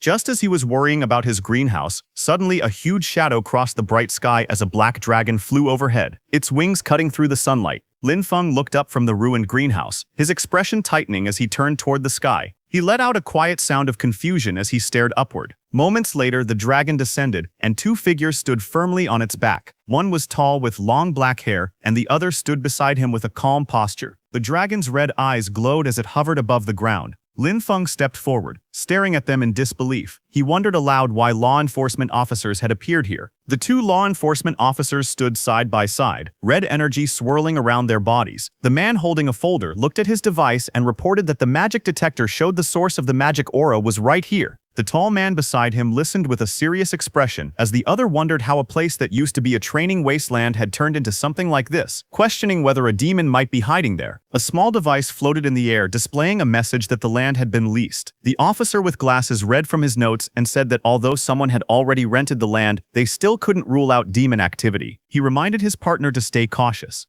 The two law enforcement officers stood outside the barrier. One of them raised his hand and greeted Lin Feng inside, saying they were from the law enforcement team. Inside the barrier, Lin Feng looked confused and wondered why the law enforcement team had come here. The officer with glasses stepped forward, holding his device. He explained that their instruments had detected a magic aura in the area and asked Lin Feng to open the barrier so they could inspect it. The two officers waited as the barrier glowed between them. The taller officer said they didn't know the exact situation yet. Lin Feng stared at them through the barrier and questioned how there could be magic aura on land he had only rented a few days ago. Meanwhile, outside, one of the officers grew impatient and complained that even getting a farmer to open a barrier took this long. The tall officer then spoke again, saying that Tuka had just been killed by demons, and now demonic energy had appeared here as well. Flames rose behind him as he stepped forward, his eyes glowing red. He looked toward the barrier and declared that, in his opinion, the man inside was clearly a demon spy. Inside the barrier, Lin Feng stayed silent, a drop of sweat running down his cheek as he watched them with a tense expression. Outside the barrier, Heru shouts at Lin Feng, ordering him to surrender. Lin Feng looks up calmly, his expression steady. Nearby, two law enforcement officers watch the situation. One of them says that Heru acted too impulsively. He adds that Tuka has just died, and now demonic energy has appeared here. Because of that, Lin Feng looks very suspicious. One of the men steps forward and speaks directly to Lin Feng. He tells him to cooperate with the investigation and asks him to open the barrier. Lin Feng looks to the side and thinks that he needs to find a way to make them leave. He then speaks calmly. He says that his profession is lowly and that no one has ever truly respected him. He explains that he only wanted to find a quiet place and work hard on his cultivation. But now, even the law enforcement team wants to place suspicion on him. One of the men beside the captain looks at Lin Feng with hesitation. He touches the captain's shoulder and says that Lin Feng already looks very pitiful. Suddenly, the captain's expression changes. He loses his temper and explodes in anger, flames rising behind him as he charges forward. The captain clenches his fist and says that anyone can pretend to be pitiful. He suddenly rushes forward and throws a punch at Lin Feng with full force. The punch lands, creating a loud impact and sending waves of power through the air. Lin Feng staggers slightly, then reaches up and touches his cheek. A drop of sweat runs down his face. He realizes that this is bad. His body has been strengthened so much that the captain's punch did not even hurt him. Lin Feng narrows his eyes and thinks to himself that he will have to act a little to get out of this situation. Lin Feng falls to the ground and clutches his chest, acting weak. The captain stares at him in shock and says that he used so much strength in that strike. He cannot understand how Lin Feng is still alive, and says that Lin Feng is very suspicious. Lin Feng looks up calmly and asks if they are trying to beat a confession out of him, just to close the case quickly.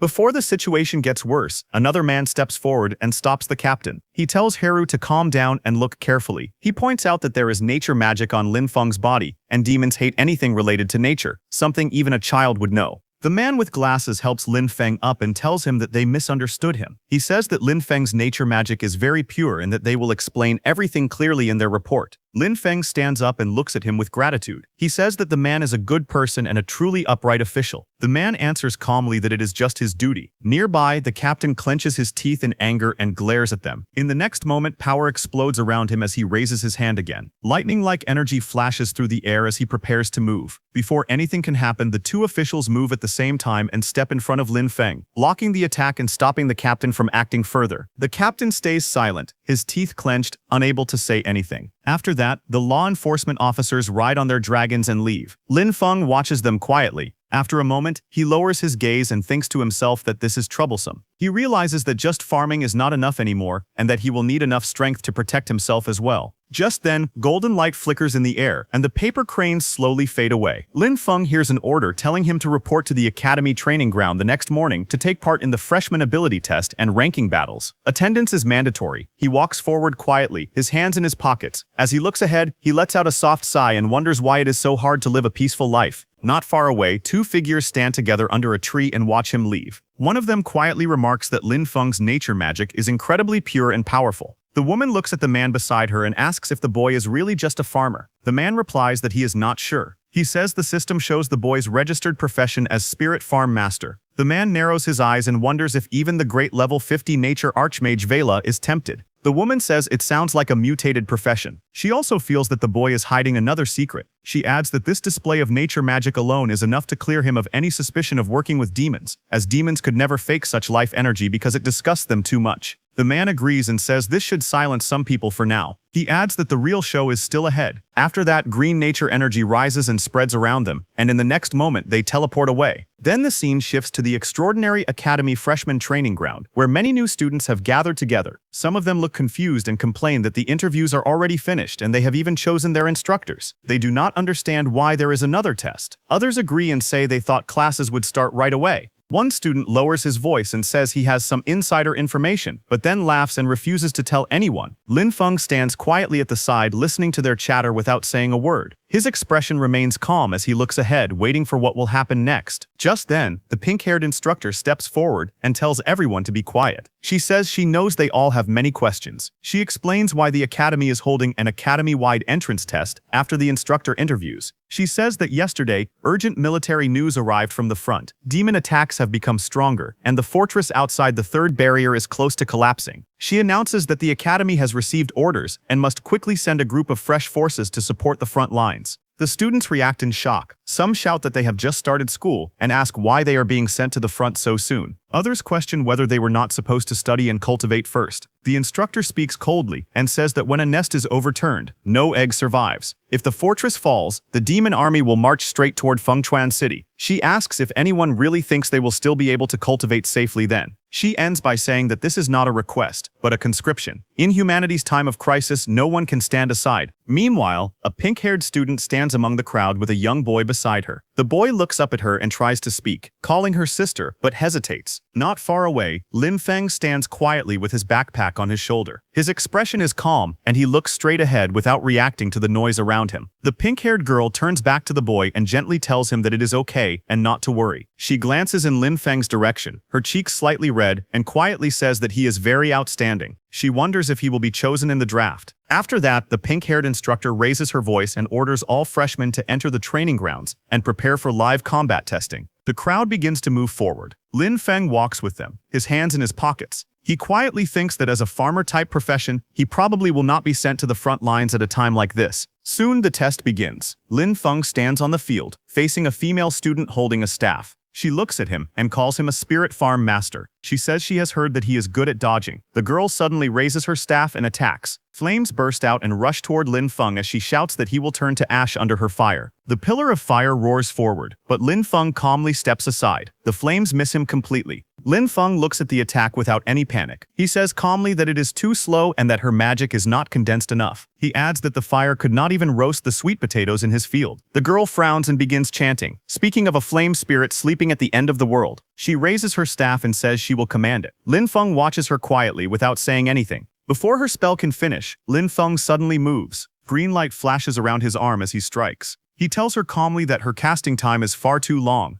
The blow lands. The girl cries out as she is sent flying backward, crashing into the ground. Green energy spreads across the arena as the dust settles. A voice announces the result of the match. Lin Feng is declared the winner. The results are displayed one after another. Lin Feng defeats opponent after opponent, and every match ends with his victory. Lin Feng scratches the back of his head and thinks that beating this many people should be enough. He feels that he can lose the next few matches on purpose. Just then, the black-haired woman steps forward and hands him something. Lin Feng looks up at her and politely thanks her. The woman smiles and tells him that with his talent and potential, he is more than qualified to aim for a much higher stage. Lin Feng looks slightly surprised and asks what she means by a higher stage. She explains that if he earns enough credits and passes the assessments, he can be promoted into the more advanced Sunwheel Academy. The woman explains that the Advanced Academy has better cultivation techniques, stronger instructors, and even chances to obtain legendary weapons or powerful mounts. Lin Feng listens quietly, then calmly says that he appreciates the offer, but he does not really need any of that. The woman looks surprised and asks what he wants instead. Lin Feng smiles lightly and answers that he only wants a bigger and better piece of land so he can farm in peace. The woman looks at him and says that he misunderstood her. She explains that she meant his final goal, what he plans to do after finishing those fields. Lin Feng answers honestly. He says that he plans to farm even more land so more people can have land to work on. He wants everyone who wishes to farm to have fields. The woman smiles slightly and says that wanting more land means wanting to reclaim all the land. She calls him an ambitious child. Just then, the principal walks over and asks if Lin Feng is not already developing the wasteland in the west of the city. He asks if that is still not enough. Lin Feng laughs loudly and scratches his head. He says that when it comes to farming, the more land there is, the better. A new announcement appears, calling out the next match. The next match is Lin Feng versus Ailing. Lin Feng raises his hand slightly and smiles, saying that it is time to go. As he walks toward the arena, the principal watching him comments that the boy is very straightforward. Another voice calmly says that if the child wants something, they should just give it to him. Nearby, the principal asks the black-haired woman if she plans to take Lin Feng as a student. The woman looks at Lin Feng's back as he walks away and says that he is quite an interesting boy. The announcer calls out and tells them to prepare for battle.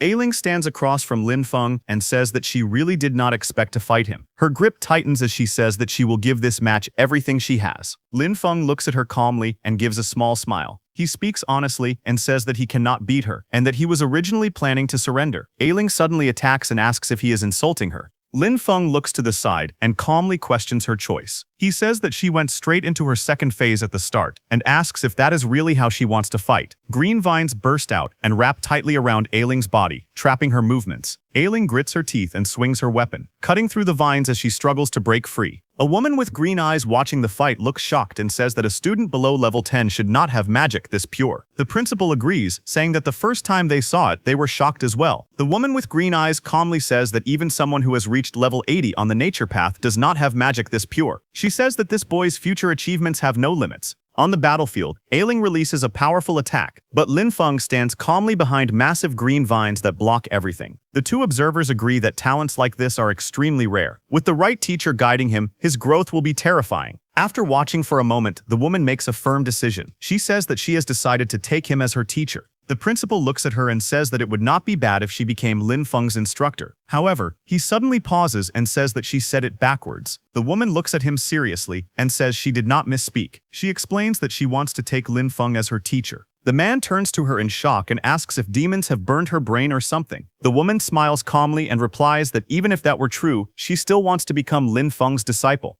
At the Extraordinary Academy's freshman drill grounds, the arena explodes with movement. Lin Feng and Ailing clash in a whirlwind of blue energy. Their bodies spin through the air as the force of the attacks shakes the entire platform. Ailing charges at him with incredible speed, her weapon striking the ground hard enough to crack the stone. Lin Feng narrowly dodges, the air bursting around them. In the middle of the fight, Lin Feng stays calm. He thinks that he has already shown enough of his strength. He decides that he should pretend to be weak and then admit defeat. But then a voice echoes across the arena. It warns Lin Feng that if he keeps slacking off, the academy will take back the land in the west of the city and use it for something else. Hearing this, Lin Feng slowly turns his head and looks back. The one who said that was none other than the principal. Lin Feng's expression changes as a spark of blue light flashes in his eye. He refuses immediately. In his mind, he shouts that they cannot take back his land. Absolutely not. That land is everything to him. Ailing's eyes widen as she watches Lin Feng. She feels his aura shift completely. Before this moment, he had only been defending calmly, letting her attacks come to him. But now, she can tell, he is finally starting to fight seriously. Green light bursts around Lin Feng as he moves his arm. Energy gathers at his palm like a swirling storm, glowing brighter and stronger with every passing second. His expression is focused and sharp. Across the arena, Ai Ling steps back. Flames burst from her body as she prepares her strongest spell. Fire wraps around her arms, her staff, and even her legs, rising higher and hotter as she begins chanting. She thrusts her weapon forward, and a massive ball of fire erupts from her magic. The fireball shoots across the battlefield with explosive speed, lighting up the entire arena and tearing into the ground as it travels toward Lin Feng. But before the fireball hits, Lin Feng rushes toward it without slowing down at all. His green energy splits the explosion apart, creating a path straight through the flames, shaking the arena and sending debris flying everywhere. Dust and flames rise in a huge explosion. Lin Feng leaps forward with power exploding from his body. Green light surrounds his fist as he jumps at Ai Ling. He shouts one line as he throws his punch, telling her to take his serious punch. His fist glowing with pure green energy drives forward toward Ai Ling with force great enough to shake the arena. Ai Ling's eyes widen in shock as her head jerks back from the blow. She gasps loudly, stunned by how strong the punch is. She shouts in disbelief, saying that the power he released is incredible. But right before hitting her, Lin Feng stops. He lands gracefully and smiles at her. His expression is calm and relaxed, as if the fight had never been difficult for him. He tells her softly that she let him win. In the audience, the students stare at him with their mouths open. One of them shouts that Lin Feng, the farmer, must have been hiding his true strength all along. Another student compares himself to Lin Feng and says that he is the one who looks like a farmer now. That woman with bright green eyes watches with excitement. She points out that Lin Feng's control over the power of nature is extremely rare. She says he commands it as easily as moving a finger, and that his mastery is close to the very origin of nature's power. Then Lin Feng stretches his hand toward Ai Ling as the announcement rings out clearly. The winner is Lin Feng. After the match ends, Ai Ling stands with Lin Feng's help, her cheeks flushed. She gently holds his hand and looks up at him with admiration. She tells him that he is strong and that she accepts her defeat completely. Lin Feng looks down at her calmly. He tells her that she is the one who is truly strong and that he only has a lot of physical strength, nothing more. After saying that, Lin Feng lets out a sigh of relief while sweating nervously. In his mind, he mutters that he almost had his land taken away and that things were dangerously close. Suddenly, the principal appears behind him in a cheerful tone. The principal pats Lin Feng proudly on the back and says that he did well, this is how he should be acting. Lin Feng bows his head slightly and thanks the principal for showing mercy during the evaluation. The principal waves his hand and tells him to keep working hard. He says he is looking forward to watching Lin Feng grow stronger. As the principal walks away, a mischievous smile forms on Lin Feng's face. In his mind, he grumbles that the old man dared to threaten him with his land. He quietly tells the principal to just wait. As Lin Feng walks away from the training grounds, he mutters under his breath with an annoyed expression. Behind him, that green-eyed woman walks toward a tree. As she moves, the warm evening light falls across the courtyard, and a gentle breeze rustles the leaves of a nearby tree. Lin Feng rubs the back of his neck, deep in thought. Behind him, the woman moves behind the tree, and suddenly there is an explosion of white fog. The next second, the woman comes out with a new appearance. She then approaches Lin Feng. She turned into a girl with long green hair. She wore a green dress, and her bright green eyes sparkled with excitement. She stopped in front of Lin Feng, and with a cheerful smile she called out to him. She asked student Lin Feng to please guide her in her cultivation. Lin Feng froze for a moment. His hand rested on his chin, and his eyes widened in confusion. He stared at her as if he had misheard. He asked her if she was okay, and wondered out loud why a combat class student would ask a farmer like him for guidance. The girl quickly introduced herself. She said her name was Vera, and that they had never met before. She explained that she had just watched his entire match. She spoke passionately. She said his use of natural mana was unbelievable, simple, perfect, and filled with life and strength. She admitted she had never seen anyone command the power of nature the way he did. Her bright eyes softened as she confessed something more personal. Vera said she had been stuck at her current cultivation realm for a long time. She believed that observing Lin Feng's path might give her the inspiration she needed. Hearing that, Lin Feng scratched the back of his head awkwardly. His eyes were wide and confused as he looked at the green-haired girl. He asked her if she was also a nature-type student. He explained that the nature-type instructors were still away on the battlefield and suggested she wait a little longer. He added honestly that he only knew how to farm. Vera held her hands together and spoke with seriousness. She said that the skilled were the true teachers. She did not expect him to formally accept her as a disciple. She only hoped to occasionally visit his fields to observe and learn. She bowed deeply toward him, almost pleading. She said even if she could only help with random small tasks, just being near his natural aura would be enough for her. She begged him to allow it. Lin Feng flinched and panicked internally. But in his mind, he repeated that he couldn't let people know what he was growing in his fields. It was too dangerous, and it would be too easy for his secret to be exposed. He turned his head slightly and spoke with calm politeness. He apologized and said that as a farmer, he had nothing he could teach her. He insisted that he only had a lot of physical strength and was not good at fighting. But before he could say more, the principal suddenly appeared beside him, placing an arm around his shoulder.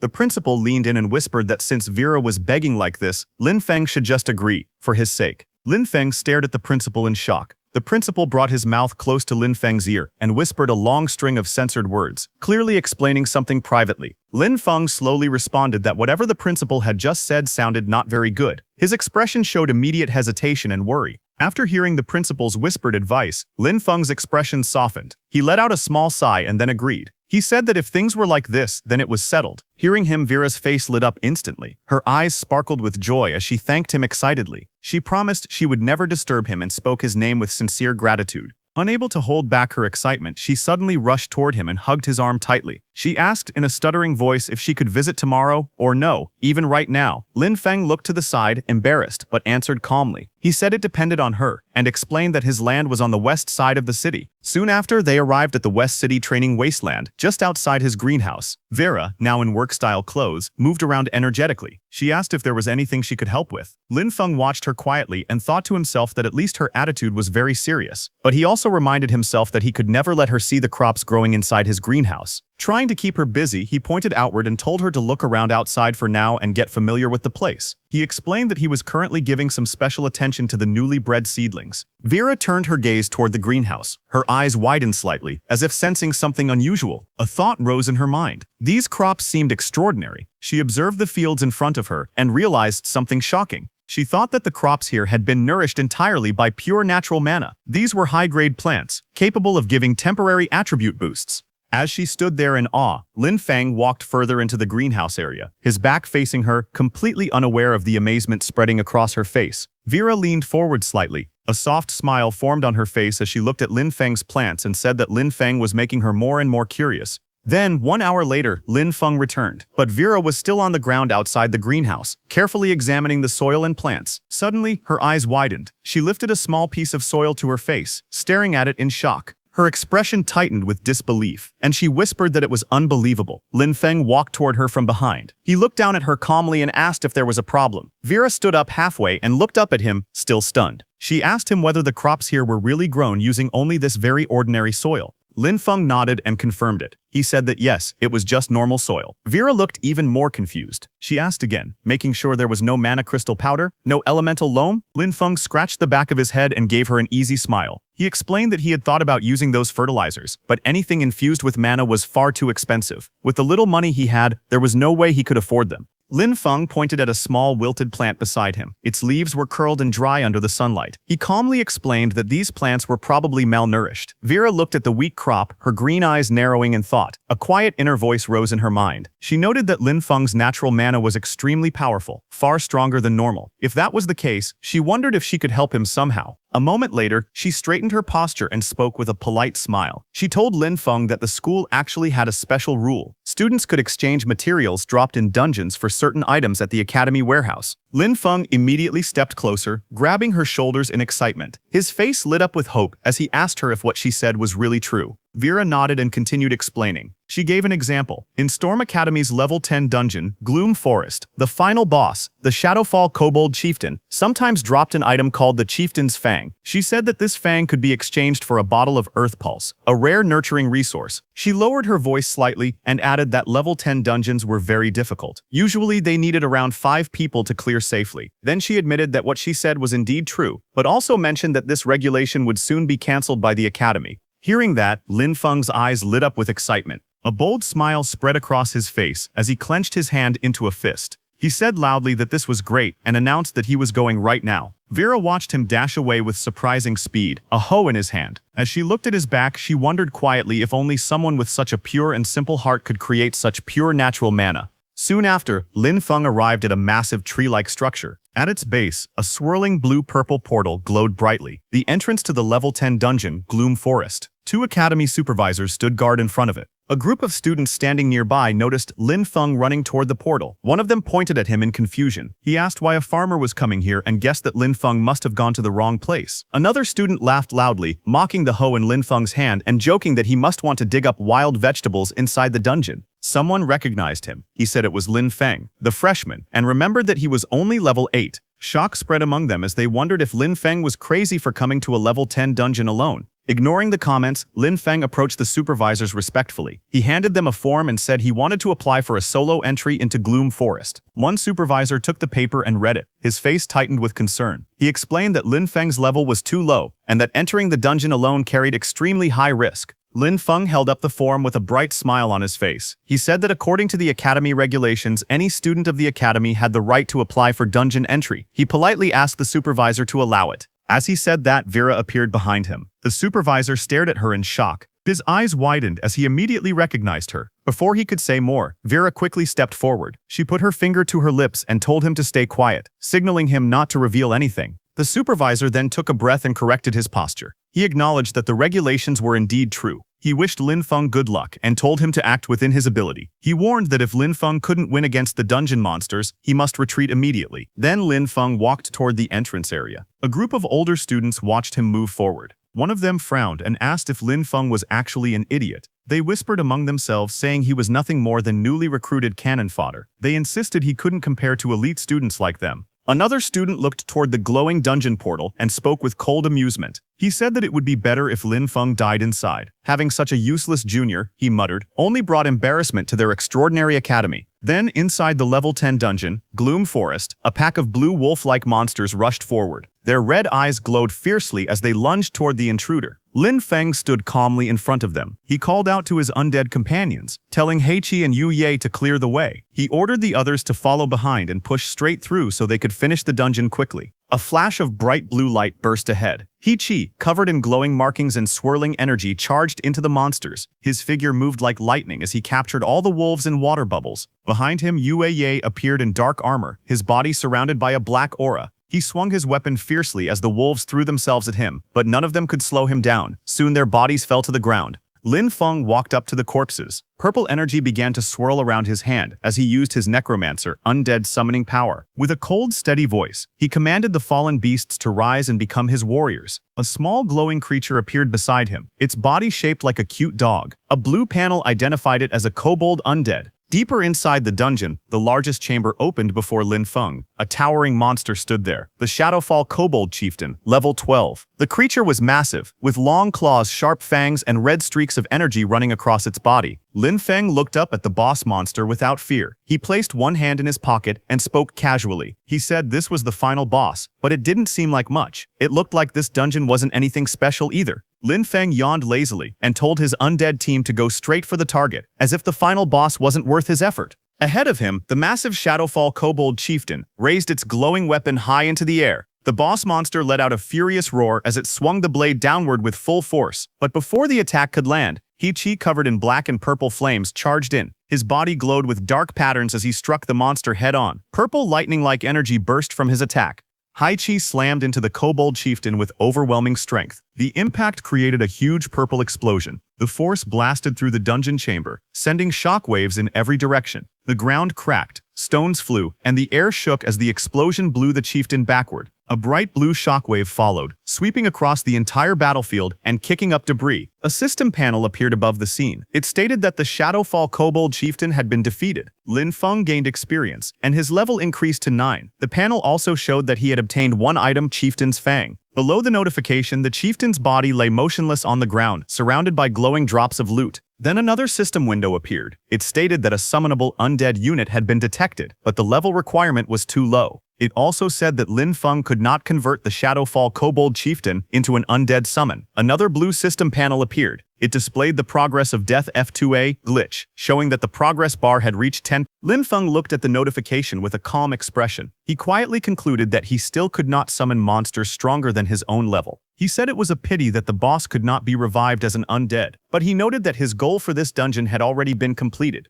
The chieftain's fang began to glow with a strange blue and black energy, as if reacting to his system. Lin Feng said that since he had obtained the fang, he would go back to exchange it for fertilizer. After that, he turned around and walked toward the swirling blue portal behind him. His figure stepped into the spinning light as he left the dungeon. Outside the entrance of the level 10 dungeon, Gloom Forest, a group of people waited near the glowing portal, standing on the sandy ground as Lin Feng returned from inside. At the Academy's exchange station, an officer called Vera Lord and asked her if they really had to follow the rules and exchange the item for Lin Feng. He explained that the front lines were in an emergency and that their combat class resources had already been distributed. But Vera calmly reassured him. She said it wasn't a combat resource at all. It was just soil fertilizer for nature-type classes. Hearing that, the officer in the suit confirmed that they had plenty of that in stock. As he spoke, a system window appeared. It showed the updated dungeon record for Gloom Forest. It stated that the solo first clear had been achieved by Lin Feng, and his evaluation was SSS. He received the special reward, 1 heroic spirit fragment. Just as the message appeared, Lin Feng stepped through the glowing portal with a relaxed expression, as if he had just taken a walk instead of clearing a dungeon alone. Nearby students stared in shock. One girl shouted that the heroic spirit fragment was a rare treasure that could strengthen someone's soul origin and increase their class potential. She could not believe he had obtained such a legendary reward. Several boys erupted in anger. One accused Lin Feng of cheating. Another insisted that he must have used illegal items or abused a dungeon bug. More voices joined the crowd. They demanded a strict investigation and wanted all his rewards taken back, especially the heroic spirit fragment. Others shouted, saying he didn't deserve it. Standing behind them, Vera touched her lips with a thoughtful smile. She softly admitted that she had expected Lin Feng to fight through the dungeon at least a few times. She hadn't imagined he would clear it in a single attempt. All the students and instructors surrounded Lin Feng, deciding to confront him directly. Lin Feng looked at the angry crowd surrounding him. With a tired expression, he asked who he had managed to offend this time. At the entrance of the level 10 dungeon, Gloom Forest, Lin Feng stood surrounded by several students who watched him with dark, hostile expressions. Their faces were tense, clearly still upset about his earlier dungeon clear. Lin Feng approached the instructor calmly. He held the chieftain's fang in his hand and explained that, according to school rules, he was here to exchange it for resources. Before the instructor could answer, one of the angry students stepped forward. He shouted that Lin Feng's rewards were obtained through cheating and should be confiscated. The instructor, however, remained composed. He raised a finger and stated firmly that the rewards came from the dungeon itself, and the academy had no authority to take them away. Another student then stepped out from the group. With a confident expression, he announced that he was willing to challenge Lin Feng in a resource wager. Lin Feng glanced at him, puzzled. He asked what a resource wager was. A student explained that it was essentially a dungeon speedrun competition. With teachers supervising both sides, the two challengers would enter the dungeon separately and see who cleared it faster. The winner would take all rewards from both participants, while the loser would lose everything. The explanation caused murmurs among the surrounding students. The instructor turned to Lin Feng and asked if he was willing to accept the wager and bet against the challenger. Lin Feng shook his head lightly. With a bored expression, he said there was no benefit in doing so, and the whole thing sounded dull to him. The instructor looked surprised and unsure how to respond, while the students behind the challenger stared with frustration, clearly expecting Lin Feng to accept. The student wearing a headband looked angry and was sweating. He clenched his teeth as he spoke. He announced loudly that, in that case, what if he added a blueprint for the Lamp of Nature? Hearing that, Vera got close to Lin Feng and told him that he must get that Lamp of Nature blueprint. She then explained what the blueprint was. She said the Lamp of Nature was a special growth-type magic tool that only the Nature Department could use. She said that a blueprint could only be used to make one lamp, so it was very rare. She continued explaining that its effects included shortening the crop growth cycle with no side effects. The headband student smirked and leaned slightly toward Lin Feng. With a mocking smile, he asked if Lin Feng was done asking and how he felt about the proposal, and whether he wanted to bet. At the same time, the student secretly held his phone behind his back. Messages appeared on the screen. That student sent a message to someone named Senior Hiru the moment Lin Feng came out of the dungeon. That Senior Hiru told the student to find a way to stall Lin Feng. But the student asked Senior Hiru what if Lin Feng ignored him. Senior Hiru then told the student to bet resources against Lin Feng, asking if he didn't have a Lamp of Nature blueprint. The student replied that it was the foundation of their family's rise, but in the end, he agreed and sent a message saying that he was fine with it. Meanwhile, Lin Feng thought that his necromancer powers must not be exposed, but if there was only one supervising teacher, hiding his abilities should not be too difficult. His eyes sharpened with determination as he decided that this Lamp of Nature he would take it. Lin Feng smiled confidently. He looked straight ahead and spoke with a slight grin, saying that he accepted. Hearing that, the rival student laughed loudly. He raised his chin with arrogance and declared that with the teacher supervising, he would expose Lin Feng's secrets immediately. Lin Feng stood a short distance away, hands in his pockets, appearing relaxed. The scene shifted to the swirling blue portal of the level 10 dungeon, Gloom Forest. Light spun inside like a vortex. Inside the dungeon, Lin Feng stood beside the supervising teacher. The teacher turned and asked how Lin Feng managed to clear the dungeon so quickly. Lin Feng lowered one hand behind his neck, smiling confidently again. He told the teacher that he would show his strength. Green light suddenly burst around him. Powerful energy swirled in his hand as Lin Feng extended it forward. His expression sharpened as he called out for his farmhands to come forth. The green magic circles continued expanding, filling the surroundings with bright swirling light as his summons began to appear. A bright green light burst around Lin Feng as swirling energy gathered above him. From the glow, his undead covered with earth energy formed, towering behind him like a giant guardian. Green waves spun across the area as Lin Feng stood calmly beneath the summoning circle. The supervising teacher stared at the scene in shock. Sweat slid down his face as he whispered to himself. He thought the summoning was unbelievably fast, and the troops Lin Feng called out looked very strong. Lin Feng walked forward with confidence, and the teacher followed him, still watching the green light. The teacher thought that this would be his best chance to observe what ability Lin Feng had used to clear the dungeon alone. Lin Feng suddenly raised his hand. His eyes sharpened, and his voice rang out clearly. He ordered his summoned troops to attack with full force. At the same time, a pack of monsters rushed forward from the darkness. Their glowing red eyes and open jaws showed their rage as they charged straight at the summoning. But Lin Feng's summoned undead reacted instantly. The undead beast covered in plant energy swung forward and slammed into the monsters. Its glowing body crushed through the pack, pushing them back with overwhelming force. Bright green explosions filled the entire scene. Countless blasts of glowing green energy burst outward again and again, shaking the air. The undead bear moved through the light, its hands pushing out powerful attacks. Every strike created another sharp flash, lighting up the dungeon with green sparks. Then He-Chi walked into the swirling energy. Its face was expressionless under the hood, glowing faintly with green lines. He-Chi raised 2 fingers and magic circles formed around its palms, gathering even more energy. A series of green bubbles erupted all at once. The attack struck the incoming enemies and shattered them instantly. The sound effects echoed through the forest as everything burst apart into pieces. He-Chi didn't stop there. It raised both hands and released a wave of powerful green lightning. Its attack shot forward like a beam, smashing into the ground ahead. Rocks flew into the air, and the ground cracked under the impact. Pieces of stone scattered everywhere as the blast landed with tremendous force.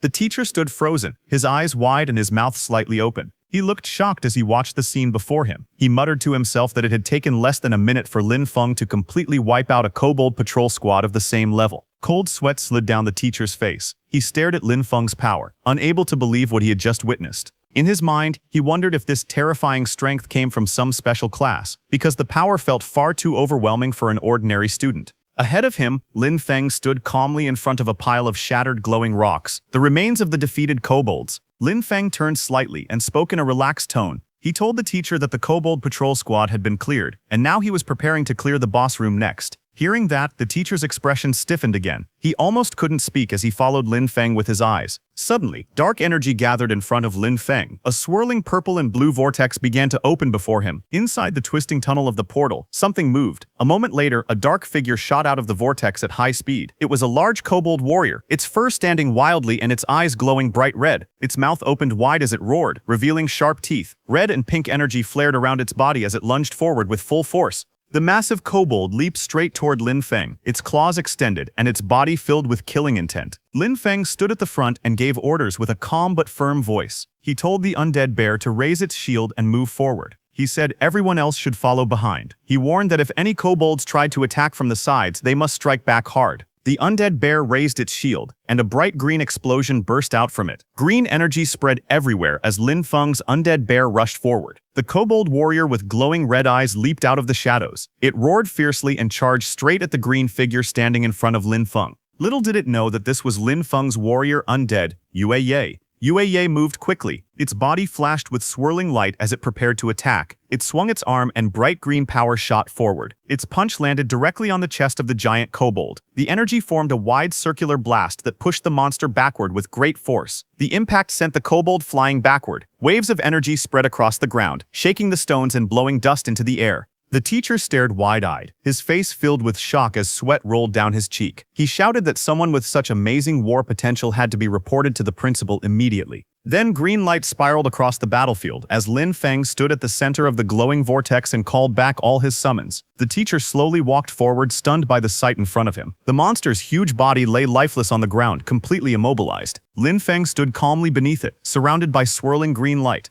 From behind, the teacher stood on a large rock, looking up at Lin Feng, who towered above him in the middle of the shattered battlefield. Lin Feng turned his head with a confident smile. He asked the teacher if he had finally proven himself. The teacher replied without hesitation, telling him that without a doubt, student Lin Feng had proven himself. Later, the two of them walked side by side across the battlefield's broken ground. Lin Feng had his hands in his pockets while the teacher glanced at him from the side. The teacher then asked if student Lin Feng wasn't going out. Lin Feng said the dungeon's scenery was nice, and he wanted to walk around a bit longer. Hearing that, the teacher prepared to leave through the glowing portal. But before leaving, the teacher reminded him that the dungeon would reset 30 minutes after being cleared, and told him to watch the time before stepping out through the portal. After the teacher left, Lin Feng walked toward the huge fallen boss lying on the stone floor. The giant beast's body was motionless. Lin Feng looked down at it and muttered that earlier, his level had not been high enough. He clenched his fist and wondered if things would be different this time. Then he stretched out his hand toward the corpse and used his Necromancer summon power. Immediately, dark purple energy burst from the ground. Lightning-like arcs wrapped around Lin Feng's arm as he knelt beside the beast. His eyes were steady and confident as he repeated the command, "Arise." A purple silhouette began forming, rising from the creature's corpse. The shape slowly became clear, glowing eyes, sharp fangs, and a huge beastly outline made of pure shadow and purple light. The monster's shadow form towered over Lin Feng, its presence powerful and overwhelming. The giant beast stared down at Lin Feng with glowing, violent eyes. Lin Feng stood straight with one hand in his pocket, looking up at the newly summoned creature without fear. Sometime later, at the dungeon entrance, soft blue light shone on the ground as footsteps slowly approached. Lin Feng walked out from the glowing portal, his hands casually in his pockets. The swirling gate behind him flashed with bright blue and purple waves. Outside, several students were gathered. One boy pointed in surprise and said that the fierce guy had finally come out. Another student looked worried and wondered if Lin Feng still held a grudge because he had jeered at him earlier. A group whispered nervously, deciding that they should leave together. Then the official standing beside Vera spoke with a serious voice, saying that in the name of the extraordinary, Lin Feng had proven himself. He then handed Lin Feng a small bag and a scroll. He said these were the rewards and compensation that rightfully belonged to him. Lin Feng raised his hands to receive them, silent but composed. After taking his rewards, Lin Feng looked around. His expression was calm and focused. Behind him, Vera stared at him in confusion. Vera got near Lin Feng with a bright smile and told him that the troublemaker from before had run away. She explained that after the administrator came out to give his testimony, that student realized he was in the wrong. He immediately dropped the items he had taken and escaped. Lin Feng listened quietly. He reached into his pocket and pulled out the rewards he had just received. A small smile appeared on his face.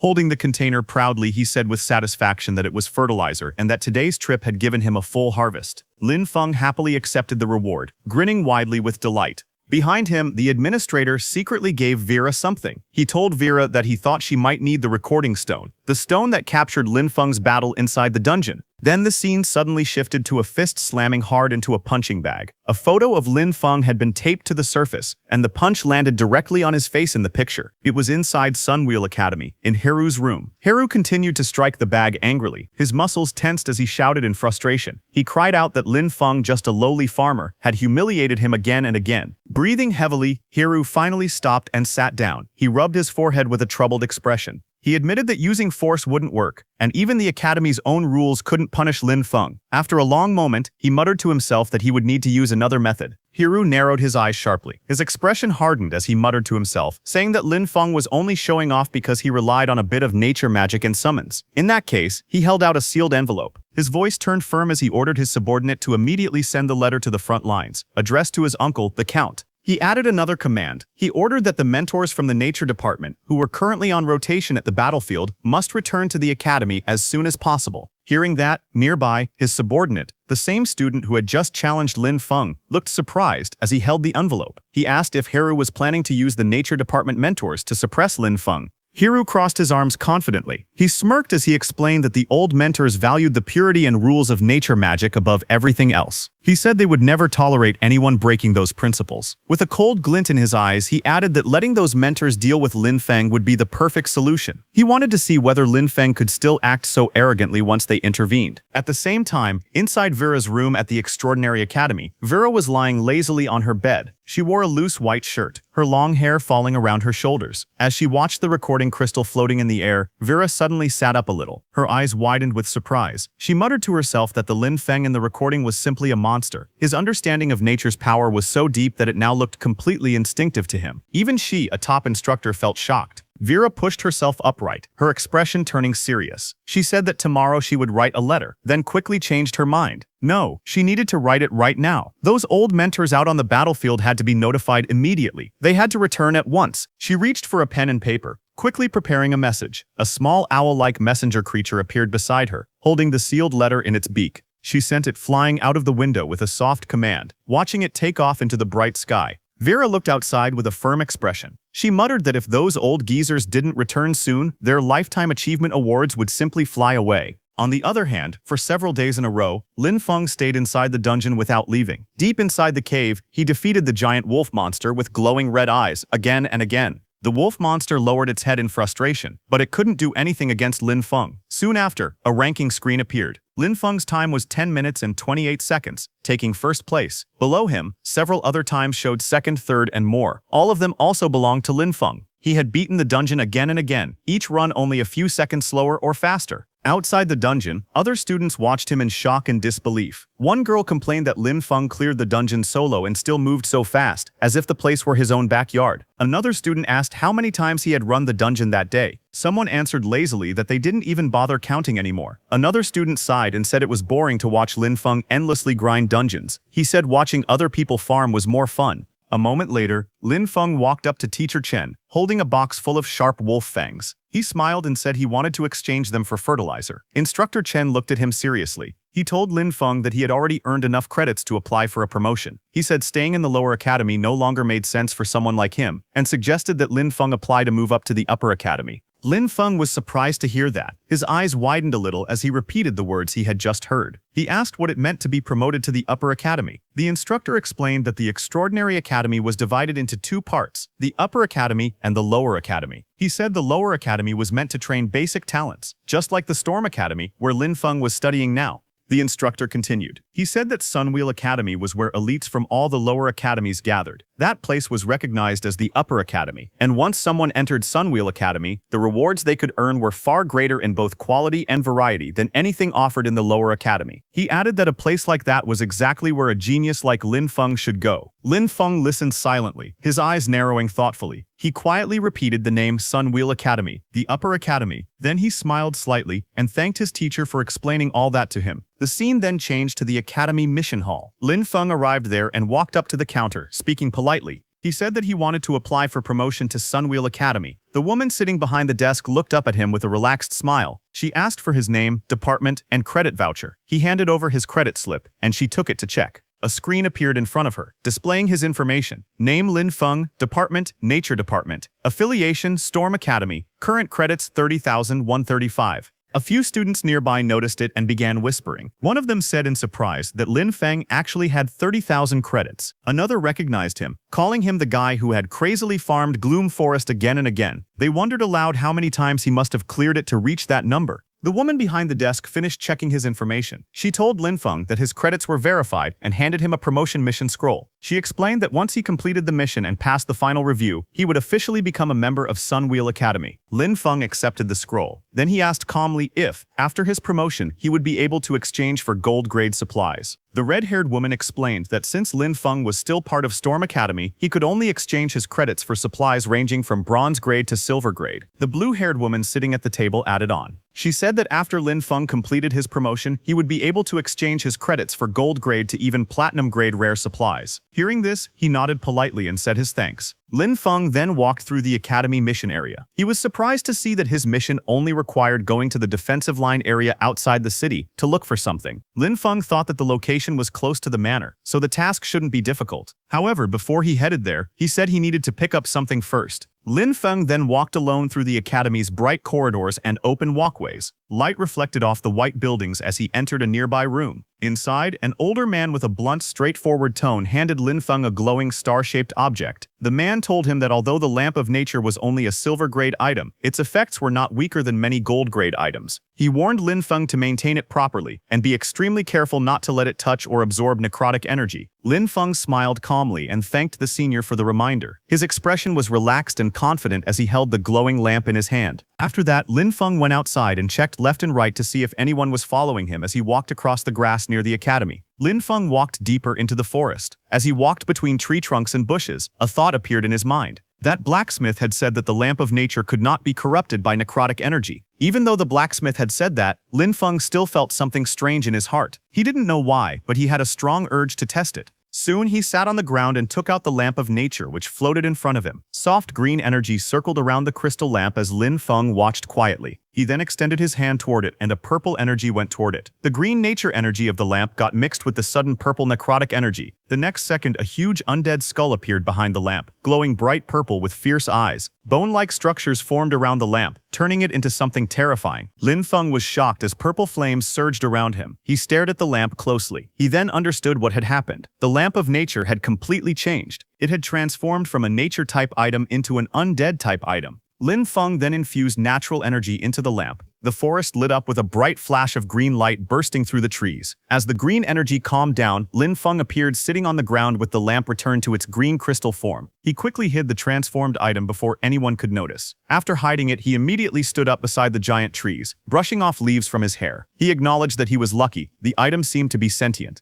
By channeling nature-type mana into it, he could restore it to its original state as the lamp of nature. Otherwise, explaining its sudden transformation would have been impossible. The scene shifted to the outskirts of the city, showing the broad exterior of Lin Feng's farm. Inside the large greenhouse-like structure, Lin Feng stretched his arms upward as he hung the restored lamp of nature from a wooden beam overhead. Sunlight filled the place, casting warm reflections across his back. He stepped back afterward. His expression was calm as he examined the lamp now suspended high above him. Just as he did that, he looked at the vegetable fields outside. Rows of giant healthy cabbages started growing very fast, illuminating the crops in soft bright light. Lin Feng stood quietly watching this. He said that the power of the lamp of nature was truly terrifying. Even on the first try, it could make crops grow extremely fast. As he got dressed, Lin Feng mentioned that the Extraordinary Academy would surely have even more things like this. He said he needed to finish the Upper Academy promotion mission as soon as possible. After putting on his clothes, Lin Feng rushed forward, wrapped in a bright blue energy aura as he sprinted out of the farm. Just as he left, inside the farm, Lin Feng's blue undead came out near the wooden doorway of the greenhouse. It looked at the place where the lamp of nature was with confusion. Slowly, the blue undead raised its hand and took hold of the lamp of nature. Meanwhile, far away at the edge of the abandoned watchtower, the cracked pink tower stood under the light, surrounded by drifting smoke. As Lin Feng arrived at the site, he stared up at the towering pink watchtower covered in cracks. Mist and strange lights surrounded the entire area. He narrowed his eyes and muttered that this was indeed the mission location. He stepped forward carefully. Because it was a search mission and the mist was thick, he reminded himself to stay cautious. The air was cold and visibility was low. When he crouched down, he noticed something on the ground, a footprint. He examined it closely. The mark looked fresh. That meant someone had been here recently, maybe only moments ago. Surprised, Lin Feng wondered who would even come to such a strange and foggy place. Before he could think too long, he heard a sudden sharp noise echoing through the mist. He immediately looked up, alert and focused. At the top of the watchtower, two figures stood in the swirling fog. One of them shouted urgently for the other to hurry. Their young master had ordered them to steal the mission item before Lin Feng arrived, so they could make him fail the task. A moment later, one of them laughed excitedly. He yelled that he had found the item. They were two men in suits who stood inside the mist-filled watchtower. One of them had found the book that was Lin Feng's mission item. One man grabbed the thick book in his hands while the other kept watch near the railing. The man holding the book spoke nervously. He warned his partner to keep his voice down, saying that Lin Feng could show up at any moment. The other man showed no fear. He scoffed, saying there was nothing to worry about. When the time came, they could just burn the book using fire-type magic. The man with the book looked at him in disbelief. The standing man shrugged, tossing the book casually into the air. He explained that if the item was destroyed, Lin Feng wouldn't be able to complete his mission either. Suddenly, a gust of energy burst through the area, and the book fell from the watchtower. Lin Feng below caught the book in his arms before it could hit the ground. His eyes narrowed as he secured the thick volume. He looked at the two intruders with a faint smirk, asking if they meant he should thank them for making it easier. Both men froze, their faces twisted in panic as they realized Lin Feng was already there. One shouted in anger, blaming the other and saying everything was his fault.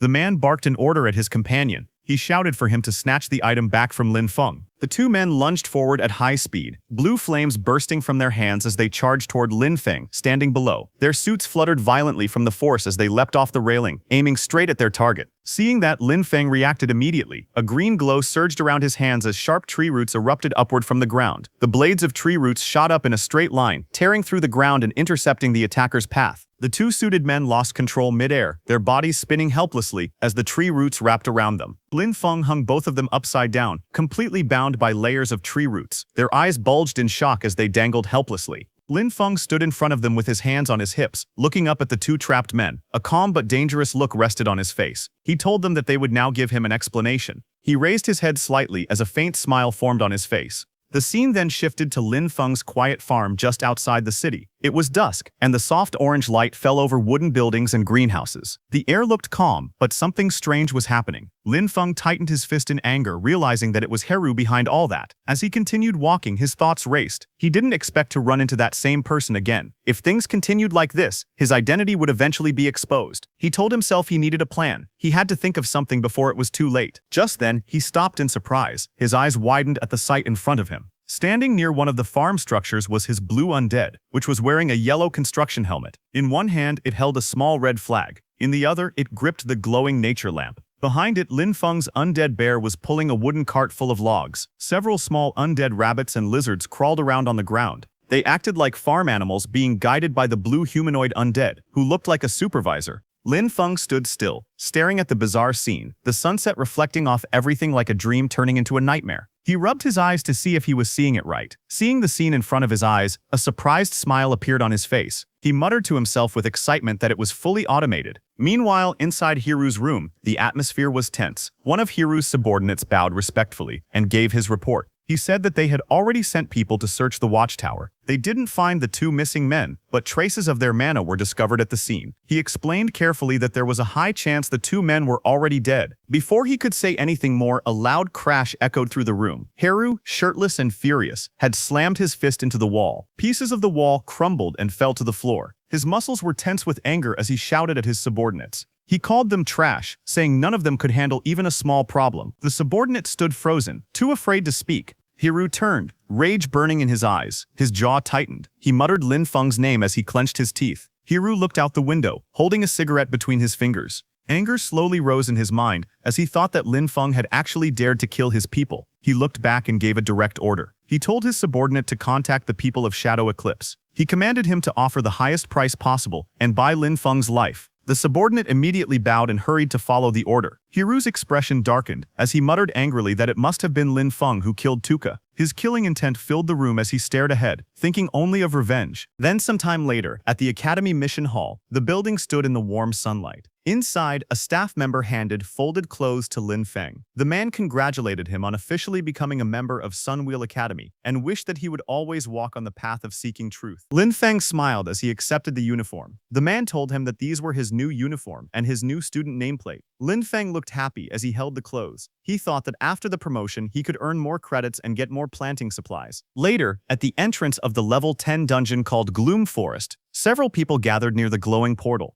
Sunlight shone through the trees around them. Lin Feng took out his new nameplate and showed it to verify himself. Then he walked up to the dungeon entrance and spoke to the staff member. He said he wanted to apply for a solo entry into the dungeon. The staff member looked at him and replied that it was no longer possible. Lin Feng was confused. He asked why, saying it had been allowed before. The staff member explained the Academy's rules. According to the regulations, to preserve enough promotion resources and opportunities for lower house students, upper house students were no longer allowed to challenge level 10 in other low-level dungeons. Hearing this, Lin Feng froze in shock. Sweat ran down his face as he asked why he couldn't grind dungeons anymore. He said that he had planned to grind a bit more before returning. As he walked away in frustration, the staff member watched him leave and sighed in relief. He thought to himself that if Lin Feng didn't leave soon, the warehouse at this place would have been emptied by him. Lin Feng walked down the path with a troubled expression. He thought seriously about his situation. Without the dungeon, his best way to collect supplies was gone. He wondered what he should do now. Just then, someone approached him and asked if he was the newly promoted junior brother, Lin Feng.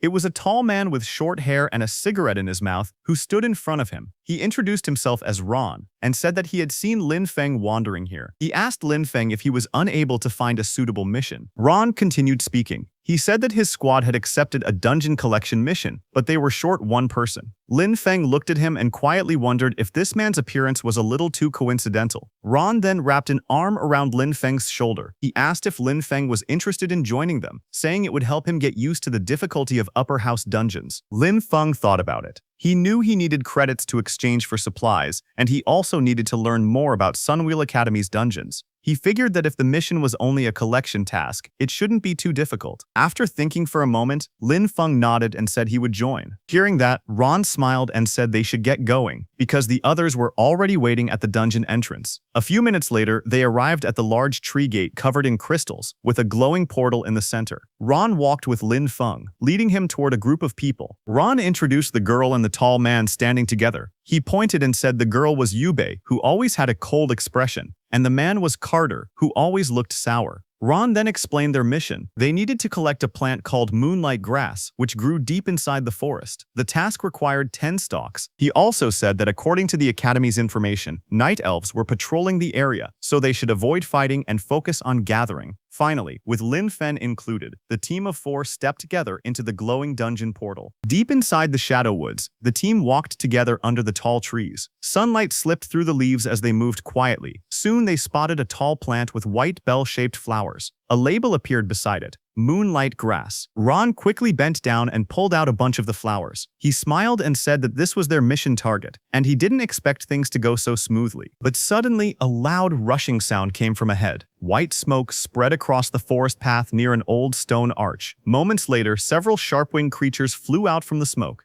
They were Night Elf patrol soldiers. The group immediately stopped and got into fighting positions. Ron frowned and warned everyone that a Night Elf patrol had appeared, and they needed to prepare for battle. The Night Elf let out a sharp cry as her red eyes glowed brightly. Strange energy rippled around her body as she prepared to attack. Above in the sky, 2 large purple and green spikes shot downward with great force, leaving glowing trails behind them. Ron stepped forward and swung his blade, cutting through the attack with a powerful slash. The shockwave split the incoming energy apart. Ron gave an order with a serious expression. He told everyone to get into position. He shouted that Lin Feng should use nature magic to slow the enemy down, saying that night elves hated nature magic. Lin Feng nodded and said he understood. Then Lin Feng rushed forward and stretched out his hand. Green vines burst from him as he prepared to use his nature magic. The night elves were trapped by fast-growing green vines. More vines shot out, wrapping their bodies tightly. Lin Feng jumped and hung them onto a tree branch. He pulled the vines with force, controlling them with nature magic. Ron then moved and cut down the night elves with his sword again and again. As the leader of the group, Ron's blade was covered in elf blood as he sliced all of them in mid-air. He looked serious and said that it was bad. The enemies were calling for more companions. He turned and called for Carter and Yubei to move. Yubei smiled slightly. She stepped forward and told Carter, "Let's start." Carter nodded and said, "Roger that." He then placed his weapon on the ground and injected energy into it as he used his earth skill. A huge crack suddenly opened in the ground. Many of the night elves fell into the deep trench. But in the process, Lin Feng also lost his balance and slipped off the edge. He grabbed the cliff wall with one hand, barely holding on. He looked up at Ron in confusion, realizing what they really were. The team stood above the cliff. Ron apologized with a small smile. He said he was sorry and explained that Carter had just learned this skill and wasn't very good at it yet. So Lin Feng got caught by accident. Lin Feng, hanging from the cliff, looked at the group above him and asked if they really didn't plan to save him. Ron smiled and said it wasn't that they refused to save him. He explained that the junior brother, who had just been promoted to the upper house, was stubborn and acted on his own. He went alone to fight elite-level monsters. In the end, he died by himself, and they couldn't do anything. Lin Feng, still hanging from the cliff, asked if they weren't worried about being exposed for killing an academy student. Ron kept smiling and explained that the Sunwheel Academy nameplate had special processing. It could record strong magical energy. After Lin Feng died, they planned to take his nameplate and use it to record the elite monster's magic. Hearing that, with a bored expression, Lin Feng raised one last question. He asked if there was really no other way to know what happened here. Ron looked down at him and told him to trust them, saying they had done this many times and were professionals. Hearing that, Lin Feng nodded slowly and said he understood. Lin Feng then slowly opened his hand and let go, releasing his grip on the cliff edge. Lin Feng's body dropped straight down into the deep crack, falling fast without panic. Above, Ron laughed proudly. He said that Lin Feng must have known he couldn't resist, so he chose to jump and die quickly. But Ron suddenly froze. His eyes widened in shock, and sweat rolled down his face as he looked ahead. From inside the crack, Lin Feng hovered in the air, rising slowly with dark energy swirling around him. Everyone looked up at him in fear as the energy behind him grew stronger. Lin Feng's expression stayed cold as he calmly asked if they were ready to face his legion. Ron's group looked shocked as they saw Lin Feng flying. Ron shouted that this was bad. They turned and saw Lin Feng's huge undead monsters standing in front of them. Yubei repeated that this was not good. Lin Feng's mage Undead smiled brightly as it raised its hands and formed a heart shape before releasing a huge blast of energy. Blue light exploded everywhere, hitting Ron's position directly before erupting violently. Injured, Ron stared in fear and stuttered that Lin Feng was using Undead. He asked if Lin Feng was a necromancer, saying it was impossible. Lin Feng stood calmly, touching his chin. He looked at the frightened Ron and asked if those were his final words. Beaten and exhausted, Ron looked up with tired eyes. He slowly said that they should talk. He told Lin Feng that they had no real conflict and claimed that everything was arranged by Haru.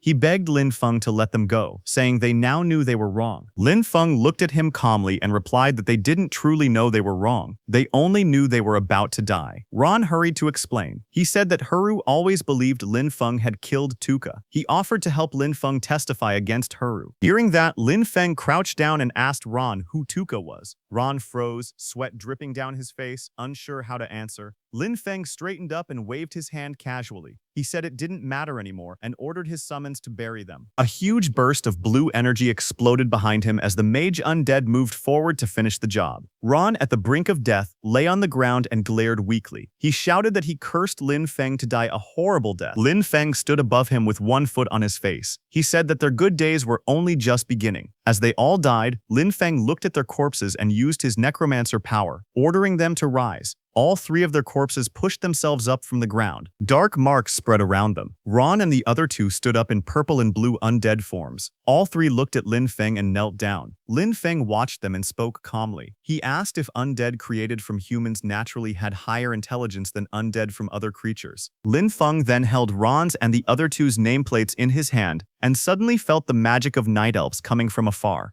Seeing that, he thought that he didn't need to handle the aftermath. But then he thought that since people had died, it was best to go back and report it. Lin Feng in the white shirt then walked toward the glowing blue portal, planning to leave. He reached out his hand, but the portal did not let him exit. He paused and wondered what was happening and why he couldn't go out. He stood in front of the portal, touching his chin and thinking quietly. Just then, a system window suddenly appeared in front of him. It said that a special item called Regret of the Past had activated. The message explained that the exit would stay closed until the dungeon was fully cleared. It also said that inside this dungeon, all of his attributes would become 200% stronger. Before Lin Feng could understand anything, suddenly the ground behind him cracked open, spreading dark shapes across the trees. A heavy thud followed as something big landed on the ground. Lin Feng turned around in surprise, and when he saw the thing behind him, his face turned pale. A massive black horse charged forward, pieces of earth flying under its hooves. On the horse's back sat a muscular knight covered in armor, purple lightning flickering around him. Lin Feng looked up, staring at the knight as the powerful creature stopped right in front of him. The armored knight charged forward on his horse, his spear glowing with purple lightning as he attacked with full force. Lin Feng watched him calmly. He narrowed his eyes and quietly sensed the man's movements. He could feel the enemy's power clearly. Behind Lin Feng, his three undead stood, glowing with purple flames. Lin Feng thought to himself that the enemy wasn't very hard to handle. Lin Feng then gave a simple order, telling his undead to attack. The undead instantly rushed forward. One of them shot out like a shadow, speeding straight toward the horse and knight. With full power, it attacked the knight from the side. The impact was huge. The undead's purple energy slashed through the air, knocking the rider and the horse violently off balance. Then the second mage undead raised his arms, gathering strong purple energy around his body. A curved wave of power shot forward, cutting through the air. The attack rushed straight toward the knight riding his horse. The horse reared up as the purple energy wrapped around them, trying to trap them. The knight was thrown off balance. He fell from the horse, hitting the ground hard. Just then, the third undead's purple slash came flying from the side. She stood on a tree branch, swinging her sharp purple arrows with ease as she aimed her next attack. The knight's body was pierced by dark energy arrows, sending blood flying as he fell back. Nearby, Lin Feng calmly ate a banana and observed the fight. He noted that the undead this time moved with sharper instincts and even worked together, but he still felt something was missing. Just then, a blast of purple energy crashed into the ground, throwing debris everywhere. The wounded knight struggled up, demanding to know why Lin Feng could use the power of death. Lin Feng only looked at him for a moment, thinking quietly. Then he smiled brightly, telling the knight that he wouldn't understand, saying that he ordered his undead to finish the job and bury the knight. The knight who was standing suddenly froze as a black, claw-shaped hand shot through his body. His eyes widened in shock. It was Lin Feng's bear undead. The knight dropped to his knees as several dark arrows were lodged in his back and chest, and a big hole was in the middle of his chest. Just then, Lin Feng's undead bear roared and jumped high into the sky, landed on the knight, and killed him instantly. A blue screen appeared in the air, showing that the dungeon clear progress was at 50%. Lin Feng looked at the system notification in surprise and muttered that this dungeon used a dual boss system. He realized he had to continue deeper. He walked forward into the forest's core, where giant purple mushrooms covered the massive trees, and the path grew darker as he went inside.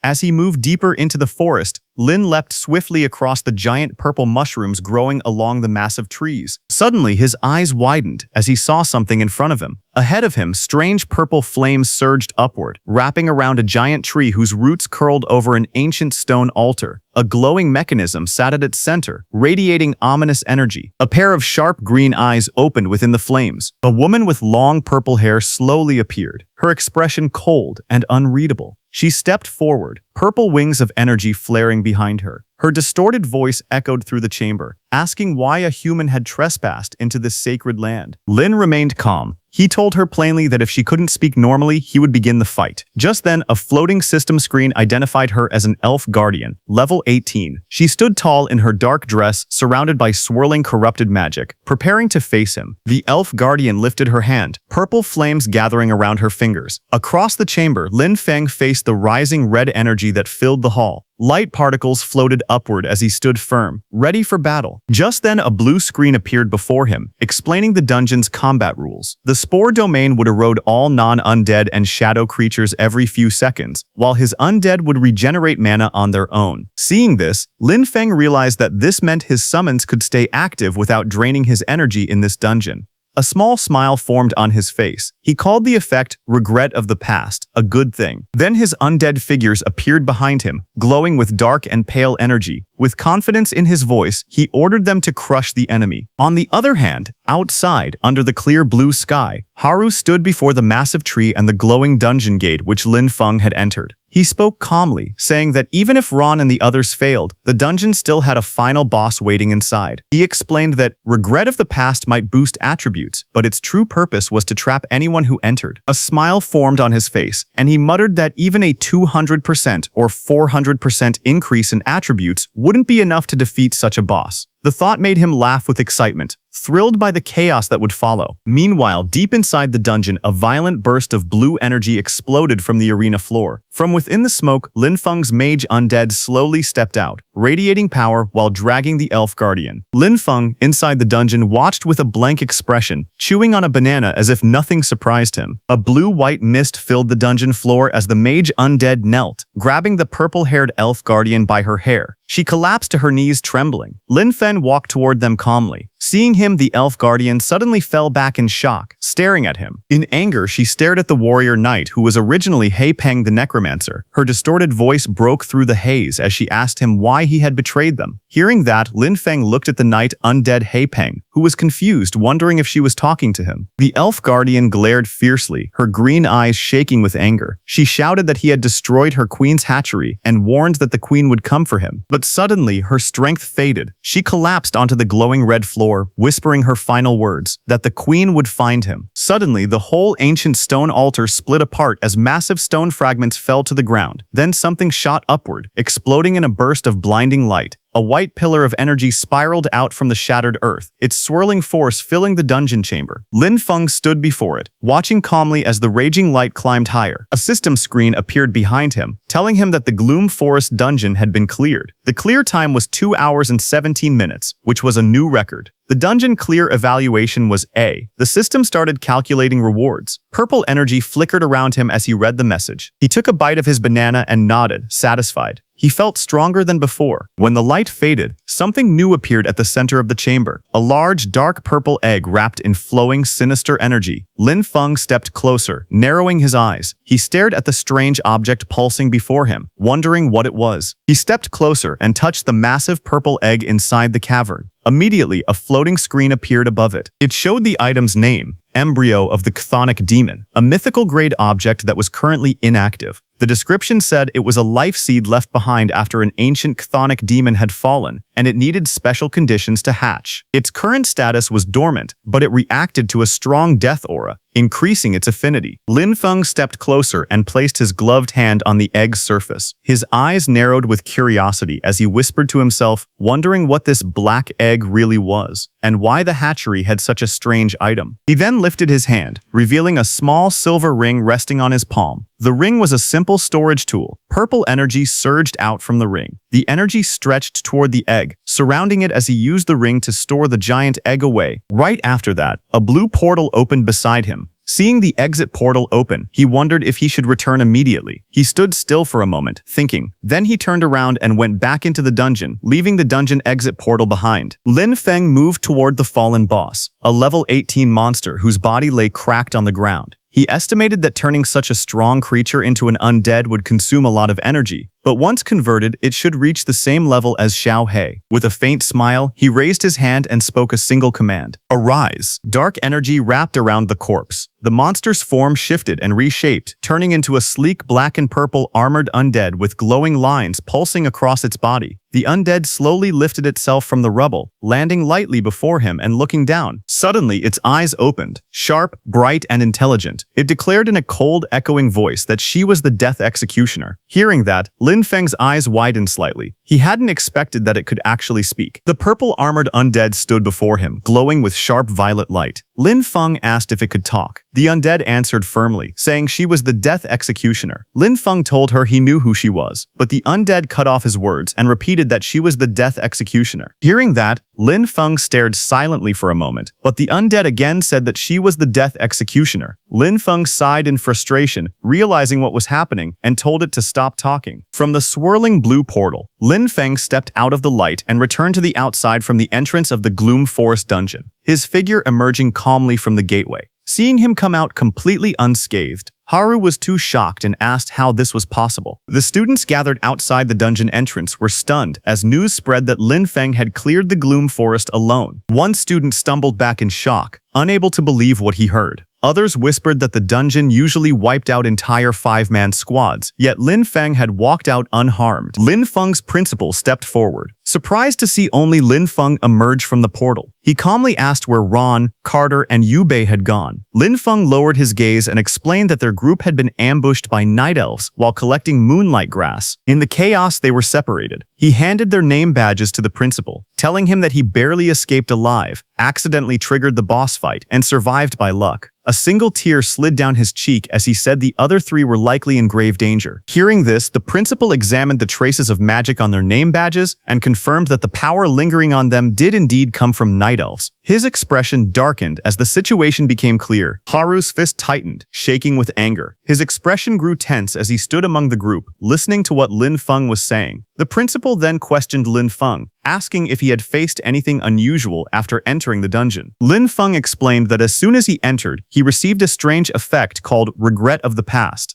Hearing that, the principal frowned and asked if he had made any enemies recently. Not far away, Haru watched them in disbelief. He couldn't accept what he heard, thinking it was impossible for Lin Feng to defeat the dungeon's boss alone. He wondered how anyone could achieve something like that. Hearing the principal's questions, Lin Feng turned his head slightly, his eyes focused as if he were searching for someone. He saw the students standing together in the sunlight, dressed neatly in white shirts and ties. Among them, he immediately noticed Haru, who was tall and wearing a black shirt. Seeing Lin Feng looking at him, Haru's expression became tense, and sweat rolled down his face. Lin Feng lowered his head slightly and acted as if he were thinking about any enemies he had made. Then he smiled politely and told the principal he didn't know much, saying that he had just been promoted to Sunwheel Academy. Hearing that, the principal nodded seriously, promising to investigate everything and ensure justice. Lin Feng bowed gratefully, thanking the principal and saying he was counting on him. Meanwhile, Haru watched them from behind, his fists trembling and his jaw tightening as frustration built inside him. Suddenly, his face turned pale with shock. His eyes widened as he realized something alarming. He panicked and immediately started running, his steps desperate as Lin Feng's ominous aura spread around him.